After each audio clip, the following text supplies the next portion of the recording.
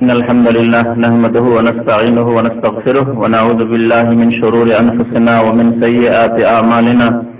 من يهده الله فلا مضل له ومن يضلله فلا هادي له، وأشهد أن لا إله إلا الله وحده لا شريك له، وأشهد أن محمدا عبده ورسوله صلى الله تعالى عليه وعلى آله وصحبه وسلم تسليما كثيرا. أما بعد، فأعوذ بالله من الشيطان الرجيم. بسم الله الرحمن الرحيم.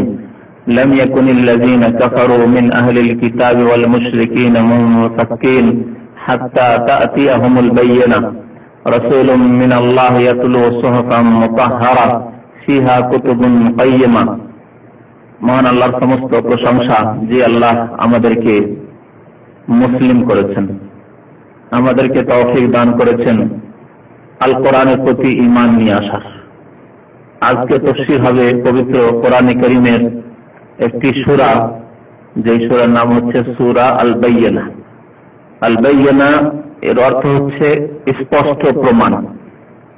বাইয়িনা শব্দটি বায়ান থেকে এসেছে। বায়ান আমরা আমাদের ভাষাতে বলি। আমাদের দেশে অনেকে বলে ওয়াজ বা বক্তব্যকে বয়ান হবে, ও বায়ান থেকে বয়ান বিকৃত করে আমাদের দেশের মানুষ বলে বয়ান হবে। বায়ান থেকে বাইয়িনা। বায়ান মানে কোন জিনিসকে স্পষ্ট করা, বর্ণনা করা, খুলে পেশ করা। এর থেকে বাইয়িনা মানে দলিল বা প্রমাণ। যেহেতু দলিল প্রমাণ দ্বারা কোন জিনিসকে স্পষ্টভাবে পরিবেশন করা হয়, স্পষ্টভাবে প্রমাণ করা হয়, তাই বাইয়িনা বলা হয় দলিল বা প্রমাণ, প্রুফকে। তো এই সূরায় প্রথম আয়াতের শেষ অক্ষর হচ্ছে আল বাইয়িনা। লাম ইয়াকুনিল্লাযীনা কাফারু মিন আহলিল কিতাবি ওয়াল মুশরিকিন মুনফাক্কিন হাত্তা তা'তিয়াহুমুল বাইয়িনা। এই আল বাইয়িনা শব্দটিকে নিয়ে এই সূরার নামকরণ হয়েছে সূরাতুল বাইয়িনা। এই সূরায় নবী করিম সাল্লাল্লাহু আলাইহি ওয়াসাল্লামের আবির্ভাব এবং তার আবির্ভাব হওয়ায় হক এবং বাতিলের মাঝে পার্থক্য হয়েছে, সত্য এবং বাতিলের মাঝে পার্থক্য হয়েছে, কে সত্যকে সন্ধান করে এবং সত্যের অনুসারী তাও স্পষ্ট হয়েছে, আর কারা বাতিলকে ধরে থাকলে গোড়ামি করে তাও সুস্পষ্ট হয়েছে। এ সম্পর্কে আল্লাহ রাব্বুল আলামিন ইরশাদ করেছেন এই আয়াতে। এই আয়াতে আহলে কিতাবদের কথা বলা হয়েছে, অর্থাৎ ইহুদি খ্রিস্টান। আহলে কিতাব অর্থাৎ কিতাব ধারণকারী। কিতাব ধারণকারী, কিতাব তো আমাদের কাছে রয়েছে। দ্বীনে হকের যে কিতাব, দ্বীনে ইসলামের যে কিতাব আল কোরআনুল কারীম আমাদের কাছে রয়েছে, কিন্তু মুসলিমরা আহলে কিতাব নয়। মুসলিমরা মুসলিম, এদের নাম আল্লাহ রেখেছেন মুসলিম। ওয়াসাম্মাকুমুল মুসলিমিন, এদের নাম আল্লাহ মুসলিম নিজেই রেখেছেন। আর আহলে কিতাব অর্থাৎ ইসলাম আসার পূর্বে বা আল কোরআন নাযিল হওয়ার পূর্বে যেসব জাতি বা উম্মত এসেছে এবং তাদের কাছে আল্লাহ প্রদত্ত কিতাব কোন এক জামানায় এসেছিল, সেই কিতাবের প্রতি তারা বিশ্বাস করেছিল, রাসূলের নবীর প্রতি বিশ্বাস করেছিল তারা। এবং তাদের মধ্যে মানব জাতির ইতিহাসে শুধু দুইটি জাতি অবশিষ্ট থেকেছে, আর কোন জাতির প্রমাণ নেই, ইহুদি এবং খ্রিস্টান। ইহুদিদের কাছে ছিল তাওরাত এবং খ্রিস্টানদের কাছে, নাসারাদের কাছে ছিল ইনজিল। খ্রিস্টানরা যেহেতু ইহুদিদের পরে এসেছে, তারা ইনজিলের সাথে সাথে তাওরাতের প্রতি আমল করত, অর্থাৎ তাওরাতকেও তারা ধর্মীয় গ্রন্থ তাদের বলে, ধর্মীয় গ্রন্থ বলে তারা স্বীকার করতে এবং তাদের ধর্মীয় গ্রন্থের একটি অংশ। এই জন্য যাকে আজকাল বাইবেল বলা হয়, যে কিতাবটিকে বাইবেল বলা হয়, সেই কিতাবে দুটি অংশ রয়েছে, পাঠ রয়েছে। একটির নাম হচ্ছে পুরাতন অনুশাসন বা ওল্ড টেস্টামেন্ট, আর আরেকটির নাম হচ্ছে নতুন অনুশাসন অর্থাৎ নিউ টেস্টামেন্ট। আরবিতে বলা হয় আল আহদুল কাদিম, আল আহদুল জাদিদ। আহদুল কাদিম মানে পুরাতন অনুশাসন বা ওল্ড টেস্টামেন্ট, আল আহদুল জাদিদ মানে নতুন অনুশাসন বা নিউ টেস্টামেন্ট।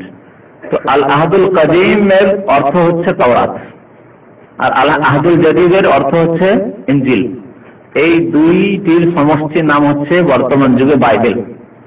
যে বাইবেল বিকৃত অবস্থায়, আক্ষরিক বিকৃত এবং ব্যাপক হারে বিকৃত অবস্থায় ইহুদি খ্রিস্টানদের কাছে রয়েছে।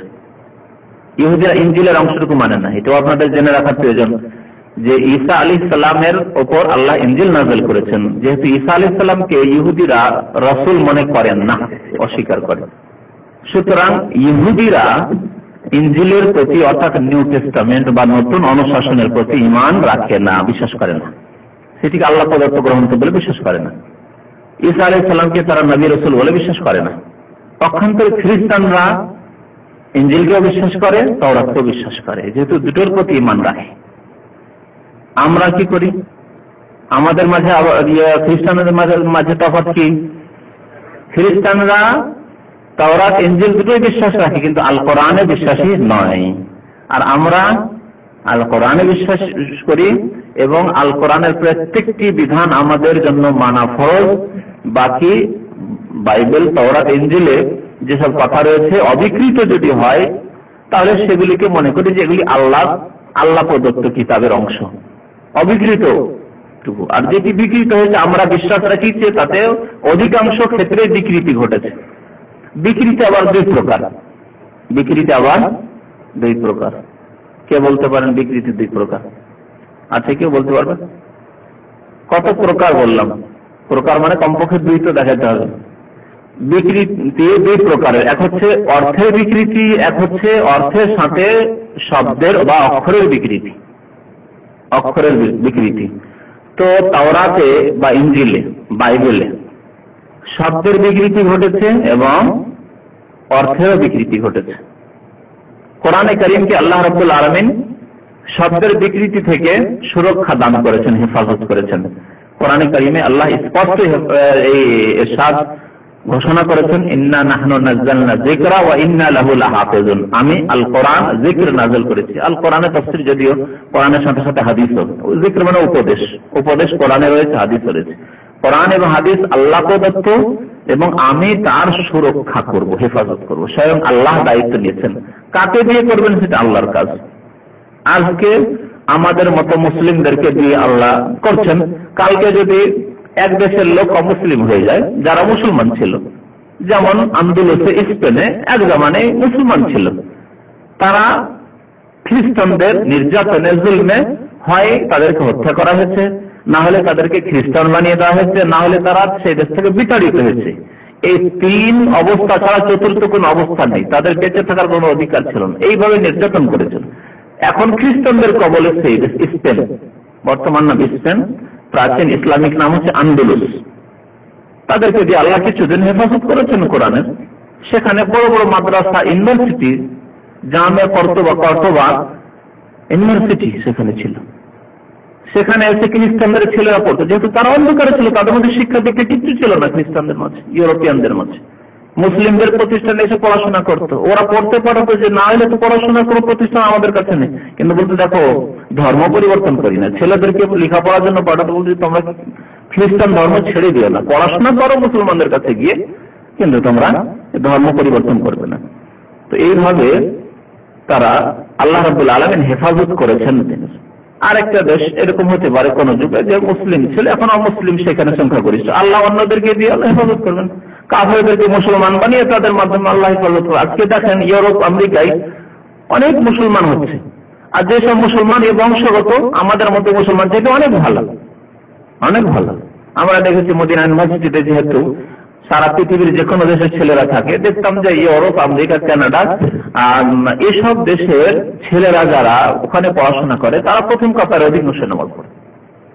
গোবরে পদ্ম ফুল, সব তো গোবর সেই দেশে, অশ্লীলতা আর পাপ ছাড়া তো কিছু নেই সে দেশে। সেখান থেকে পাপ থেকে মুক্ত হয়ে যদি কেউ আসে তো পরিষ্কার হয়। জন্মগত মুসলিম সেটা অনেক ভালো কথা। হচ্ছে আল্লাহ তাদেরকে দিয়ে হেফাজত করবেন, যখন আপনারা না করবেন তখন অন্যদেরকে দিয়ে আল্লাহ হেফাজত করবেন। এই কথা সূরা মুহাম্মাদের শেষে আল্লাহ বলেছেন, ওয়া ইন তাতাওয়াল্লাউ ইস্তাবদিল কওমান গায়রাকুম সুম্মা লা ইয়াকুনু আমসালাকুম। তোমরা যদি ইসলাম বিমুখ হয়ে যাও, ফিরে যাও, নামাজ পড়ছে না, জাতিগত মুসলমান অথচ নামাজ পড়ে না, দিনের পাবন্দি করে না, হালাল হারাম বেঁচে চলে না, সৎ জীবন যাপন করে না, তোমরা যদি ইসলাম থেকে ফিরে যাও, ইস্তাবদিল কওমান গায়রাকুম, তোমাদেরকে বাদ দিয়ে আল্লাহ অন্য একটা জাতিকে নিয়ে আসবেন। তোমাদেরকে বাদ দিয়ে আল্লাহ প্রত্যেকটা জাতি নিয়ে আসবেন, তাদেরকে মুসলমান করবেন, খাঁটি মুসলমান করবেন। সুম্মা লা ইয়াকুনু আমসালাকুম, তারপরে তারা তোমাদের মতো অবাঞ্ছিত হবে না, জাতিতে মুসলমান ওইরকম মুসলমান হবে না, কাজে কর্মে মুসলমান, আকীদায় বিশ্বাসে কাজে কর্মে মুসলমান হবে। অনেক মুজাহিদিনরা আছেন ইউরোপে, আমেরিকার তারা নাগরিক, তারা এসে এই কাফেরদের বিরুদ্ধে জিহাদে অংশ নিচ্ছেন। আফগানিস্তান থেকে শুরু করে এই ইতিহাস মজুদ রয়েছে। তারা কলমা পড়ে মুসলমান হয়ে ইসলামে জানতে পারলে জিহাদ আল্লাহ ফরজ করেছেন জালেমদের বিরুদ্ধে। জালেমরা যখন এই রুশ জালেমরা যখন আফগানিস্তানে আক্রমণ করলো তখন এসে জিহাদে অংশ নিয়েছে। আবার এই জালেমরা যে আক্রমণ করেছে মুসলিম দেশের উপরে, তারা জিহাদে অংশ নিচ্ছে। অথচ জাতিগত মুসলমান আমরা ঘরে বসে আছি।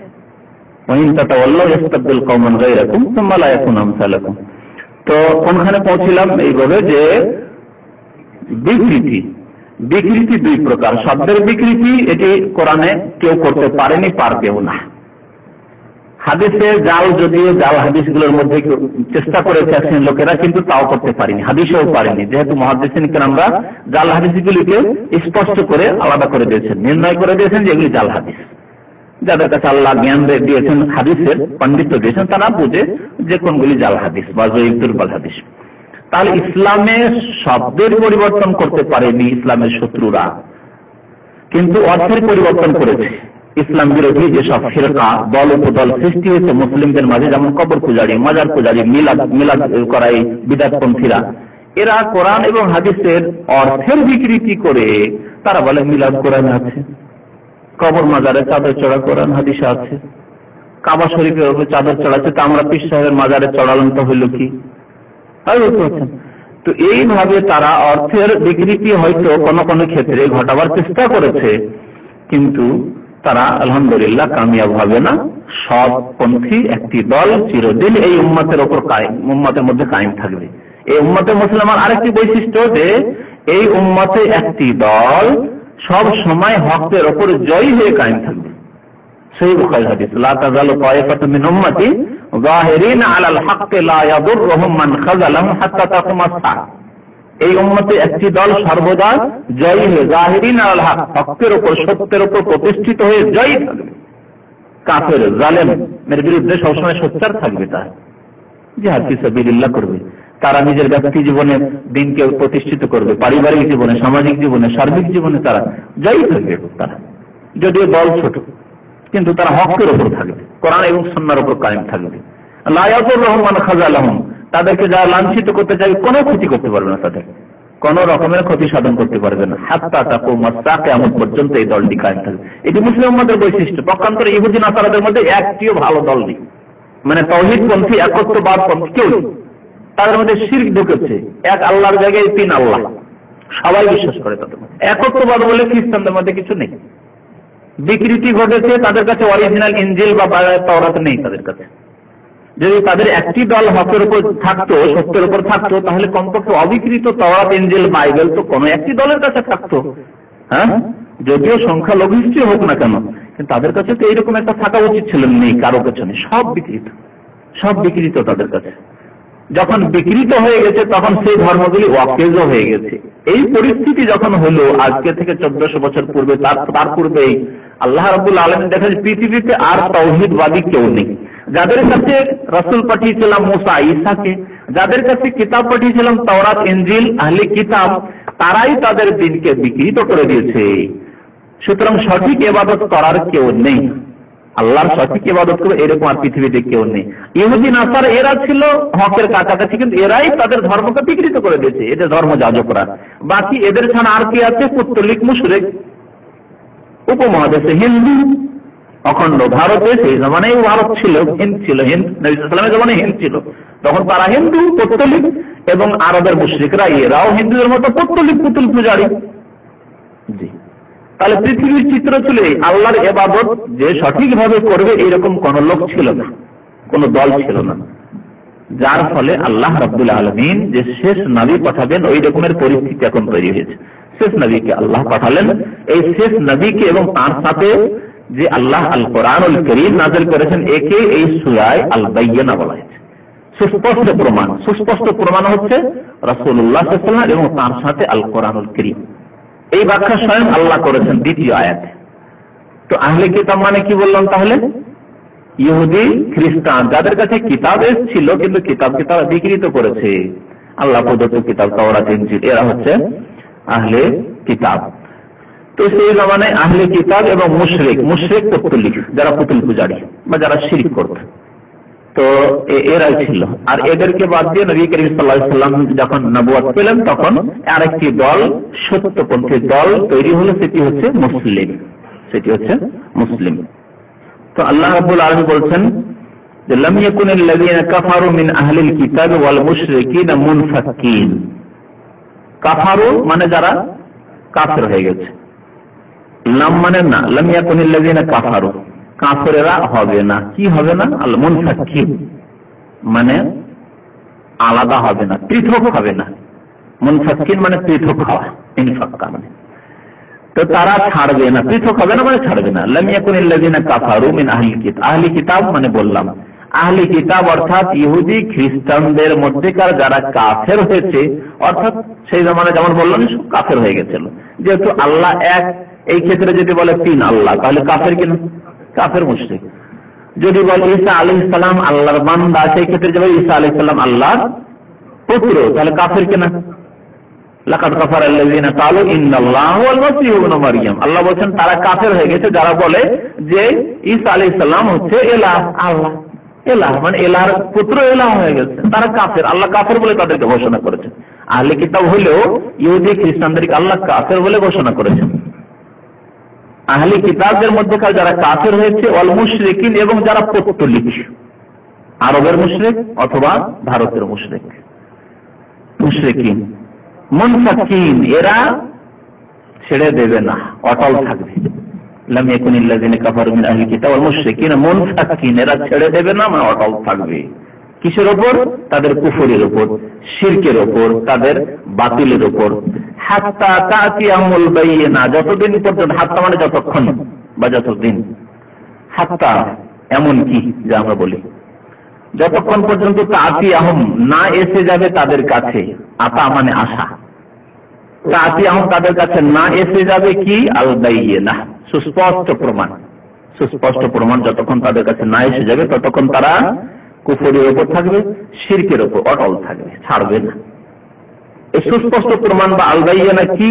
দ্বিতীয় আয়াতে আল্লাহ স্বয়ং এর ব্যাখ্যা করছেন, রাসূলুম মিনাল্লাহ ইয়াতলু সুহুফান মুতাহহারা ফিহা কুতুবুন কাইয়্যিমা। সুস্পষ্ট প্রমাণ হচ্ছে আল্লাহর পক্ষ থেকে একজন রাসূল, তিনি হলেন মুহাম্মদ সাল্লাল্লাহু আলাইহি ওয়াসাল্লাম, যিনি শেষ রাসূল আসা পর্যন্ত ইহুদি নাসারারা এবং মুশরিক, আরবের মুশরিকরা, ভারতের মুশরিকরা, এরা অটল থাকবে একবারে। তাদের সর্বসম্মতিক্রমে সবাই তাদের বাতিলের উপর থাকবে। কিন্তু নবী আসার পরে কি হবে? পরে আল্লাহ বলছেন, যতক্ষণ নবী না এসেছেন, শেষ নবী, ততদিন পর্যন্ত সবাই একমত। মক্কার মুশরিকরা সবাই শিরক করত, ইহুদি নাসারা সবাই তাদের কিতাবকে বিকৃত করে, সে বিকৃত কিতাব এবং বিকৃত ধর্ম পালন করত, তাকে ধর্ম মনে করত। রাসূলুম মিনাল্লাহ, এই সুস্পষ্ট প্রমাণ হচ্ছে আল্লাহর পক্ষ থেকে একজন রাসূল মুহাম্মদ সাল্লাল্লাহু আলাইহি ওয়াসাল্লাম। তিনি কি করেন? তার সাথে কি নিয়ে এসেছেন? ইয়াতলু সুহুফান মুতাহহারা, যিনি তিলাওয়াত করেন। ইয়াতলু তিলাওয়াত করা, এখান থেকে আমরা কোরআনকে তিলাওয়াত করা, আমাদের ভাষায় বলি না আমরা কোরআন তিলাওয়াত। তিলাওয়াত মানে কি আসলে? হ্যাঁ, পড়া। তো কারা মানে কি? কেরাত করা মানে কি? পড়া। তাহলে তেলাওয়াত মানে কোথায় পড়া হলো? তেলাওয়াত মানে তো পড়া নেই। কারা ইকরাও, ইকরা মানে পড়ো, ইকরা বিস্মি রাব্বিক, পড়ো। আর তেলাওয়া মানে কোথায় পড়ো? তেলাওয়ার অর্থ একটু ব্যাপক। তিলাওয়া শব্দের ধাতু হচ্ছে তা, লাম, ওয়াও। তিলাওয়া না, তা, লাম, ওয়াও। এর মানে হচ্ছে কোন জিনিসকে ফলো করা, শাব্দিক অর্থ। ডিকশনারি দেখলে তেলাওয়া মানে দেখবেন এর মানে হচ্ছে ফলো করা, কোন জিনিসকে অনুসরণ করা, তার পিছনে পেছনে চলা। আরবি যারা আরবি পড়ছেন, এখানে আরবি করছে, তারা দেখেছেন তালি, দেখছেন তালি মানে নিম্নের, তালি মানে নিম্নের এই প্রশ্নের উত্তর দাও। আজে বানিল আসলা তালিয়া, নিম্নের প্রশ্নের উত্তর দাও। তালি, এই যে তেলাওয়া থেকে তালি মানে নিম্নের, তার নিম্নে কেন? এগুলো ফলো করছে, পরে পরে আসছে, যে পিছনে পিছনে চলে, যে ফলো করে কাউকে, একজন আগে আগে হাঁটছে, সামনের দিকে যাচ্ছে, আরেকজন পিছনে পিছনে, সে তাকে ফলো করে, ঠিক না? এ হচ্ছে তালি। তিলাওয়াত শব্দ এই থেকে এসেছে, এর মানে হচ্ছে ফলো করা, অনুকরণ করা, পেছনে পেছনে চলা, কদমে কদমে চলা, একে বলা হয় তিলাওয়া। এই তিলাওয়া মানে কি? তাহলে কোরআন তিলাওয়াত, আমরা বলি কোরআন তিলাওয়াত। কোরআন তিলাওয়াতের আমরা অর্থ বুঝি কোরআন পাঠ করা, শুধু না পাঠ করা নয়, অর্থাৎ একটু ব্যাপক। প্রথম হচ্ছে কোরআন তিলাওয়াত করা, কিন্তু তিলাওয়াত মানে পাঠ করা, পড়া। কিরকম পড়া? আবৃত্তি করে পড়া, যেমন ভাবে নবী কারীম সাল্লাল্লাহু আলাইহি ওয়াসাল্লাম পড়েছেন। সাধারণ বই পড়ার মতো করে পড়ে দিলেন, যেমন রিডিং করেন সাধারণ, ওইরকম পড়া পড়তে হবে না। কোরআনকে পড়তে হবে কি করে? আবৃত্তি করে পড়তে হবে, রিসাইট করতে হবে। আল্লাহ কোরআনে বলছেন সূরা মুজাম্মিল, ওয়ারাতিলিল কোরআন তারতিলা, কোরআনকে আবৃত্তি করে সুন্দর করে পড়ো, তার সুবিন্যাসের সাথে পড়ো। ওয়ারাতিলিল কোরআন তারতিলা, এর ব্যাখ্যা নবী কারীম সাল্লাল্লাহু আলাইহি ওয়াসাল্লাম নিজের তেলাওয়াতের মাধ্যমে করেছেন। সাহাবীরা বর্ণনা করেছেন যে কানা কিরাআতু রাসূলিল্লাহি সাল্লাল্লাহু আলাইহি ওয়াসাল্লাম কোরআনে হারফান হারফান, নবী কারীম সাল্লাল্লাহু আলাইহি ওয়াসাল্লাম এক একটি অক্ষর করে স্পষ্ট করে তেলাওয়াত করতেন। এই আকিফু ইনদা কুল্লি আয়া, এবং প্রত্যেক আয়াতে তিনি থামতেন। আলহামদুলিল্লাহি রাব্বিল আলামিন আর রহমানির রহিম, থামতেন, স্পষ্ট এক একটি অক্ষর। আর আমাদের দেশে যেমন ওই রমজান মাসে তারাবিহ পড়ে আলহামদুলিল্লাহি রাব্বিল আলামিন রহমানির মালিক ইয়াউমিদ্দিন ইয়াকা ওয়া ইয়াকা নাস্তাইন ইহদিনাস সিরাতাল মুস্তাকিম, না, এই তেলাওয়াত নাই, এই তেলাওয়াত নাই, এই জায়েজও না এইভাবে কোরআন তেলাওয়াত করা। আর ওই বক্সানোর ক্ষেত্রে এরকম পড়ে যে কোরআন ভাগ করে নিতে হয়, 5 পারা 6 পারা করে ভাগ, আর সারা দিনে শেষ করতেই হবে, যেহেতু মৃতকে বক্সাতে হবে, খেতে দিয়ে ভালো ভালো। তো এই যে ব্যবসা, এও তেলাওয়াত নাই। প্রথম কথা, এ তো ভাড়াতে, এই জন্য ইবাদত নাই, ইবাদত নাই তো কোনো সওয়াবও নেই। কোরআন তেলাওয়াত ইবাদত কেন? আর ইবাদতে যদি পয়সা না হয় তো ইবাদত হবে? হ্যাঁ, না ভাড়া হবে? ভাড়া হলে নাকি পাবেন, দুনিয়ার ভাড়া নিলেন, দুনিয়া পেলেন। তাহলে কেউ যদি বলে ঠিক আছে তোমার বাবার জন্য আমি নামাজ পড়েছি, আচ্ছা যারা এই কোরআন খানি করায় মরার নামে, তাদেরকে আমি একটা প্রশ্ন করি, আমরা নামাজ পড়তে কেন লাগান না? আমার বাবা মারা গেছে, কত যে নামাজ ছুটেছে, তো এই হুজুরদেরকে, গরিব হুজুরদেরকে আমার দেশে লাগিয়ে দিবেন।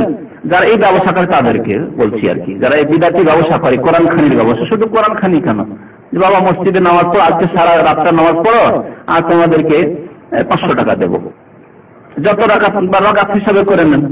হ্যাঁ, যে 2 রাকাত নামাজ পড়লে 10 টাকা করে দেবো, 20 টাকা করে, 50 টাকা করে দেবো। হ্যাঁ, ঠিক করেন। আর এই নামাজ পড়ে সওয়াবটা বক্সে দাও, বক্সে দাও বলে না, বক্সে দাও মানে কি? দান করে দেওয়া। এই জন্য ঘুষকে আজকাল বকশিস বলা হয়, শুনেছেন? ঘুষকে কি বলে? বকশিস, মানে দিয়ে দেওয়া হইল, সেজন্য ওখান থেকে ওই বক্সা শব্দটি এসেছে। অনেকে বুঝে না যে কি বা বকশিল, ভাই কি বকছিল? সওয়াব বকছিল, যে আমি যে কোরআন পাঠ করলাম, এই নেকিটা তোমার বাবাকে বকশে দিলাম, মানে দিয়ে দিলাম, বকশিস করে দিলাম, বুঝতে পারছেন? তো কোরআন যেমন বকশিস করছেন কোরআনের নেকি, তেমন ওই রাকাত হিসাবে পার রাকাত একটা ফিক্স করে এত টাকা দেবো আর নেবো, আর এইভাবে সব পৌঁছান। এটা কেন করেন না? যদি বলেন এর প্রমাণ নেই, তাই আমি বলবো কোরআন পাঠেরও প্রমাণ নেই। এর উত্তর দিতে হবে যারা এই কাজ করান বা যারা করেন তাদেরকে এই প্রশ্ন। যদি বলেন যে এই যে রাকাত পার রাকাত এত টাকা করে দিয়ে নামাজ পড়ার প্রমাণ নেই, সেই জন্য করি না, আমি বলবো তাহলে কোরআন পড়ারও এরকম প্রমাণ নেই যে কোরআন পড়ে বক্সাবেন, আর কোরআন পড়লে ভালো ভালো খেতে দিতে হবে, সন্ধ্যাবেলা আল্লাহর রাস্তে টাকা দান করো, ওই টাকা পয়সা আপনাদেরকে দেওয়া হবে, এটাও নেই কোথাও। তাহলে যদি ওই নামাজ পড়া পার রাকাত হিসাবে পয়সা নিয়ে যদি ছেড়ে দেন, তো এটাও ছাড়তে হবে। ওটি যদি বিদাত, সেটিও বিদাত।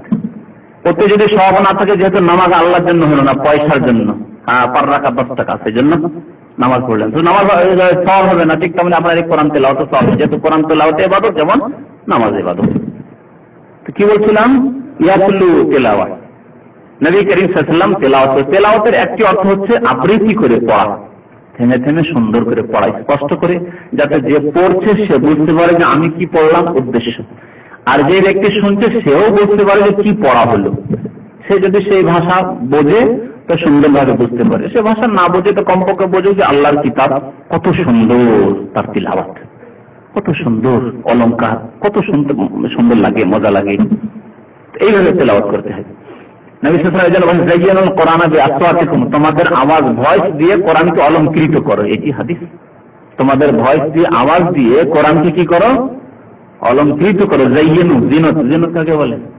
হ্যাঁ, সাজসজ্জিত করো। কেমন করে সাজসজ্জিত হবে? আওয়াজ দিয়ে। আমাদের দেশে যে 20 রাকাত তারাবি পড়াই কোরআন, কি সাজসজ্জিত করা হয় কোরআনকে? বলুন দেখি, মোটেই না। আর এখানে শুনেছেন তো তারাবি নিশ্চয়ই সাজসজ্জিত করে পড়া হয়, সুন্দর করে পড়া হয়। আটি পড়েন আর জাগ পড়েন, কিন্তু সুন্দর করে পড়া হয়। তো কথা হচ্ছে যে তেলাওয়াতের প্রথম কাজ হচ্ছে এইভাবে তেলাওয়াতকে আমার পাঠ করা।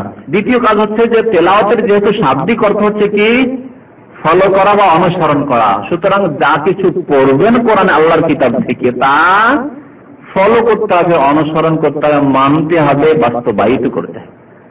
পড়েই যাচ্ছেন তেলাওয়াত, আকিমুস সালাত ওয়া আতুজ যাকাত, আকিমুস সালাত ওয়া আতুজ যাকাত 82-83 বার কোরআনে, আর নামাজেরই পাবন্দি করছেন না। হ্যাঁ, বাবাকে শুধু জান্নাত পাঠানোর জন্য আকিমুস সালাত ওয়া আতুজ যাকাত পড়ালেন, হুজুরদেরকে মোল্লাদেরকে দিয়ে আর বক্সাবেন, কিন্তু আকিমুস সালাত ওয়া আতুজ যাকাতের উপর আমল করছেন না। তেলাওয়াত হলো না। নবী করিম শুধু কোরআনের পাঠ করেননি, বরং কোরআনের বাস্তবায়ন করেছেন। যখনই কোরআন নাযিল হয়েছে তার বাস্তবায়ন করেছেন। কত কষ্ট হয়েছে নামাজ পড়তে, ওটা ভুঁড়ি চাপিয়ে দেওয়া হয়েছে সেজদার অবস্থায়, সেজদার থেকে উঠতে পারছেন না। তারপরেও এই আশঙ্কা যে না, নামাজ পড়া যাবে না, এখানে নামাজ পড়লে অসুবিধা আছে, থাক নামাজটা পরেই পড়বো, থাক এখন ছেড়ে দিস নামাজ পড়েছেন। রাসূলুল্লাহ সাল্লাল্লাহু আলাইহি ওয়াসাল্লামের মিশন হচ্ছে ইয়াতুলু সুহুফান, তিনি তিলাওয়াত করবেন। সুহুফান সাহিফাতুনের বহুবচন, সাহিফা মানে পুস্তিকা, ছোট ছোট পুস্তিকাকে সাহিফা বলা হয়। সুহুফ মানে বিভিন্ন পুস্তিকা নিয়ে একটা যে বড় পুস্তক তৈরি হয় বিভিন্ন অংশ নিয়ে, সে হচ্ছে সুহুফ। তো আর মুতাহহারা মানে পবিত্র, যাকে পবিত্র রাখা হয়েছে বা করা হয়েছে। আল্লাহ রাব্বুল আলামিন কোরআনে কারীমকে পবিত্র রেখেছেন, পবিত্র করেছেন এবং পবিত্র রেখেছেন। পবিত্র করেছেন পবিত্র বাণী, যেহেতু আল্লাহর বাণী কালামুল্লাহ, এবং পবিত্র রেখেছেন না জিন শয়তান ইবলিস নষ্ট করতে পারে, না কোন মানুষ শয়তানে এই কোরআনকে নষ্ট করতে পারে। কিয়ামত হয়ে যাবে, কোরআনকে নিশ্চিহ্ন করতে পারবে না। এটি একটি কোরআনের অলৌকিকত্ব মুজিজা। পৃথিবী থেকে কোরআনকে শেষ করা যাবে না। সারা পৃথিবীর কোরআনের কপিগুলোকে যদি শেষ করে দেওয়া হয় জ্বালিয়ে, তারপরও কোরআন শেষ করা যাবে না। এটি কোরআনের বৈশিষ্ট্য। কোরআনের লক্ষ লক্ষ হাফেজ পৃথিবীতে রয়েছে, মুসলিমদের লক্ষ লক্ষ হাফেজ রয়েছে। পক্ষান্তরে পৃথিবীতে কোন কিতাব আল্লাহ পক্ষ থেকে তাওরাত ইনজিল আসেনি যেগুলি কোনো হাফেজ ছিল না। এবং যারা কোরআনের শত্রু, কোরআনকে ভালোবাসে না, তাদেরকে আল্লাহ কোরআন হেফজের তৌফিকও দেয় না। এই কথা মনে রাখেন। আমি অনেকদিন আগে একবার বলেছিলাম যে শিয়াদের মধ্যে কোনো হাফেজ পাওয়া যায় না। রাফিজি শিয়াদের মধ্যে ইসলামের শত্রু, কোরআনের শত্রু, যেহেতু তাদের মধ্যে কোনো হাফেজ হওয়ার আল্লাহ তৌফিক দেয় না তাদেরকে। কোনো হাফেজ নেই তাদের মধ্যে। শুনে রাখা ভালো, এত বড় বিশাল ইরানে গিয়ে খুঁজে দেখে একটি হাফেজ পাবেন না তাদের হাফেজ। যেহেতু তাদের এক চরমপন্থী দল আছে, তারা কোরআনের সন্দিহান, বলছে কোরআন আরো ছিল, কিছু হারিয়ে দেওয়া হয়েছে, কোরআন আরো বেশি ছিল। যাতে হযরত আলী রাদিয়াল্লাহু তাআলা আনহু সম্পর্কে নাকি নির্দিষ্ট করে নবী সাল্লাল্লাহু আলাইহি ওয়াসাল্লামের পক্ষ থেকে বলা ছিল যে তিনি খলিফা হবেন। নাউযুবিল্লাহ। এসব কুফরানা কথাবার্তা যেহেতু তাদের আকীদা মতবাদ, সেজন্য তাদেরকে আল্লাহ এই বরকত থেকে বঞ্চিত, মাহরুম করে, মারদুদ, বিতাড়িত করে রেখেছেন। নবী করিম সাল্লাল্লাহু আলাইহি ওয়াসাল্লামের মিশন হচ্ছে ইয়াতুলু সুহুফান মুতাহহারা, পবিত্র কিতাব তিনি পাঠ করেন বা তিলাওয়াত করেন। ফিহা কুতুবুল কাইয়্যিমা, সেই সাহিফাগুলিতে রয়েছে কুতুব, কিতাবনের বহুবচন।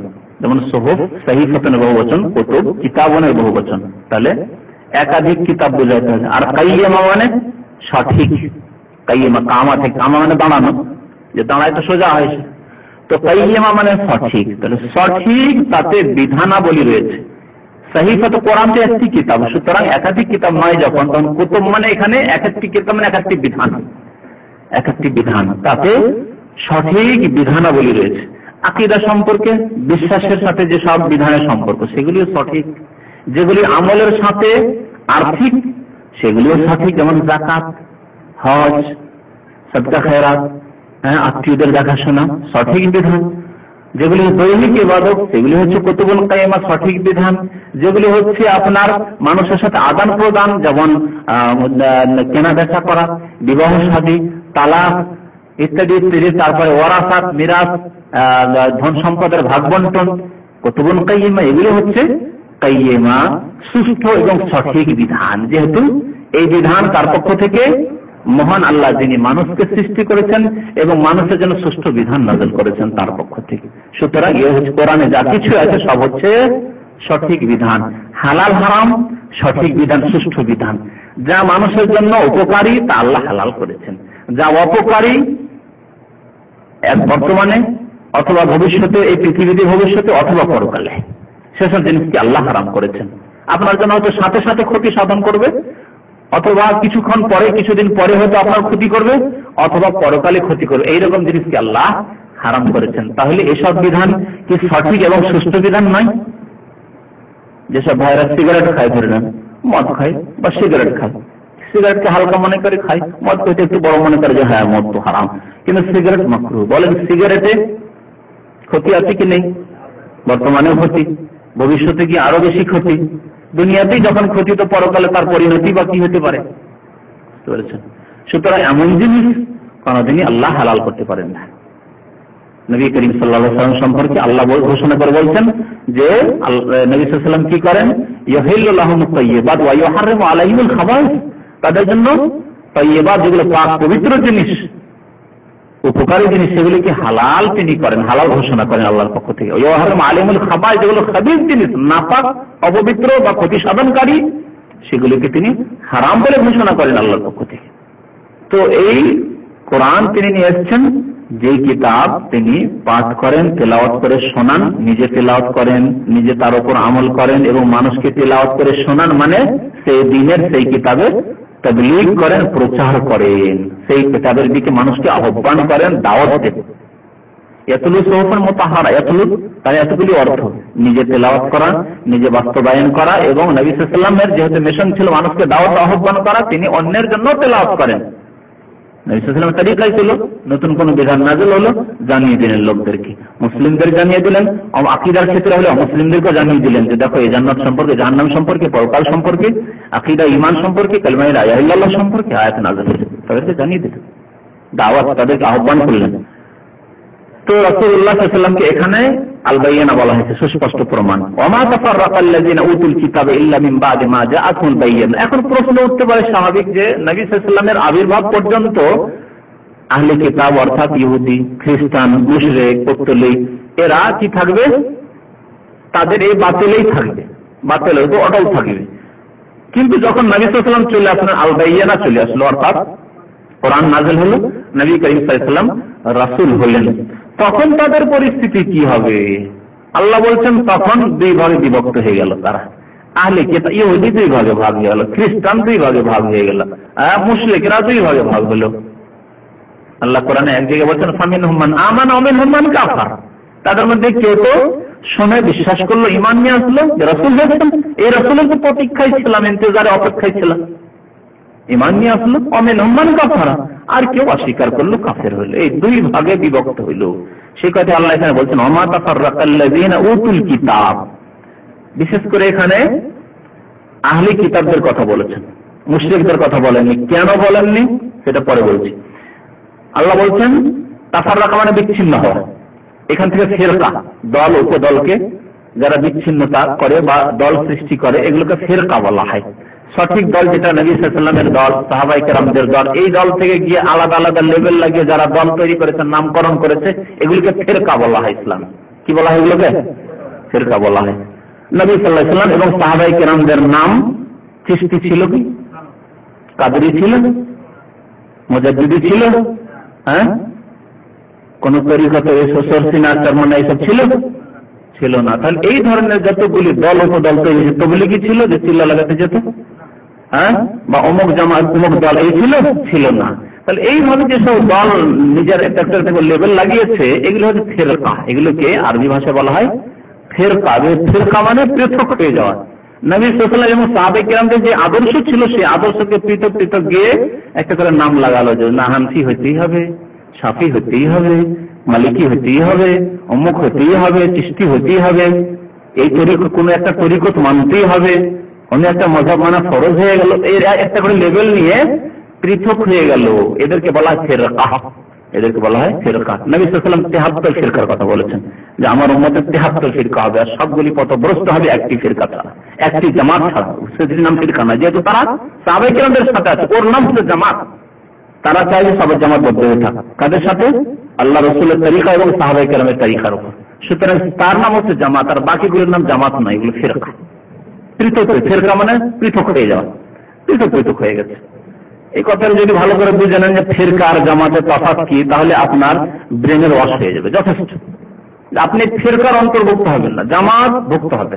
জামাত ভুক্ত হইতে হবে যে জামাত হচ্ছে আল্লাহ রসুল সাল্লাল্লাহু আলাইহি ওয়াসাল্লামের তৈরিকৃত জামাত, সাহাবায়ে কেরামদের জামাত, এবং সেই জামাতের অনুসারী যারা, কোন লেভেল নেই, মার্কা মারা নাই, তাদের মার্কা হচ্ছে ইসলাম, ইসলাম এবং কোরআন এবং সুন্নাহ, আদর্শ হচ্ছে কোরআন সুন্নাহ, ব্যাস। আর তারপরে বলছেন না এও মানতে হবে, তরিকত মানতে হবে, মারিফত হইতে হবে, তাহলে হাকিকত হাসিল হবে। এই সব যে বলে এগুলি হচ্ছে ফিরকা, এইসব ফিরকা 73 ফিরকা, এবং এদেরকে সুসংবাদ দিয়েছেন যে সমস্ত জাহান্নামে চলে যাবে। যারা ফিরকাবাজি করবে, ফিরকাবন্দি করবে, তারা পথভ্রষ্টতায় রয়েছে। তো ইহুদি নাসারা আহলি কিতাবদের সম্পর্কে আল্লাহ বলছেন যে নবী সাল্লাল্লাহু আলাইহি ওয়াসাল্লামের আবির্ভাবের পরে এরা বিচ্ছিন্ন হয়ে গেল, দুই ভাগে বিভক্ত হলো, ফিরকা তাফাররাকা, ফিরকা থেকে। আমা তাফাররাকা আল্লাযিনা উতুল কিতাব, যাদেরকে কিতাব দেওয়া হয়েছিল, উতু মানে দেওয়া হয়েছিল, যাদেরকে কিতাব দেওয়া হয়েছিল অর্থাৎ ইহুদি এবং খ্রিস্টান, তারা বিচ্ছিন্ন হয়নি। কিন্তু কখন বিচ্ছিন্ন হলো? ইল্লা মিন বাদে মা জাআতহুল বাইয়িনা, তাদের কাছে বাইয়িনা আসার পরে, অর্থাৎ বাইয়িনা তাফসীর আগে হয়ে গেছে, রাসূলের আগমনের পরে, কোরআন এসে যাওয়ার পরে।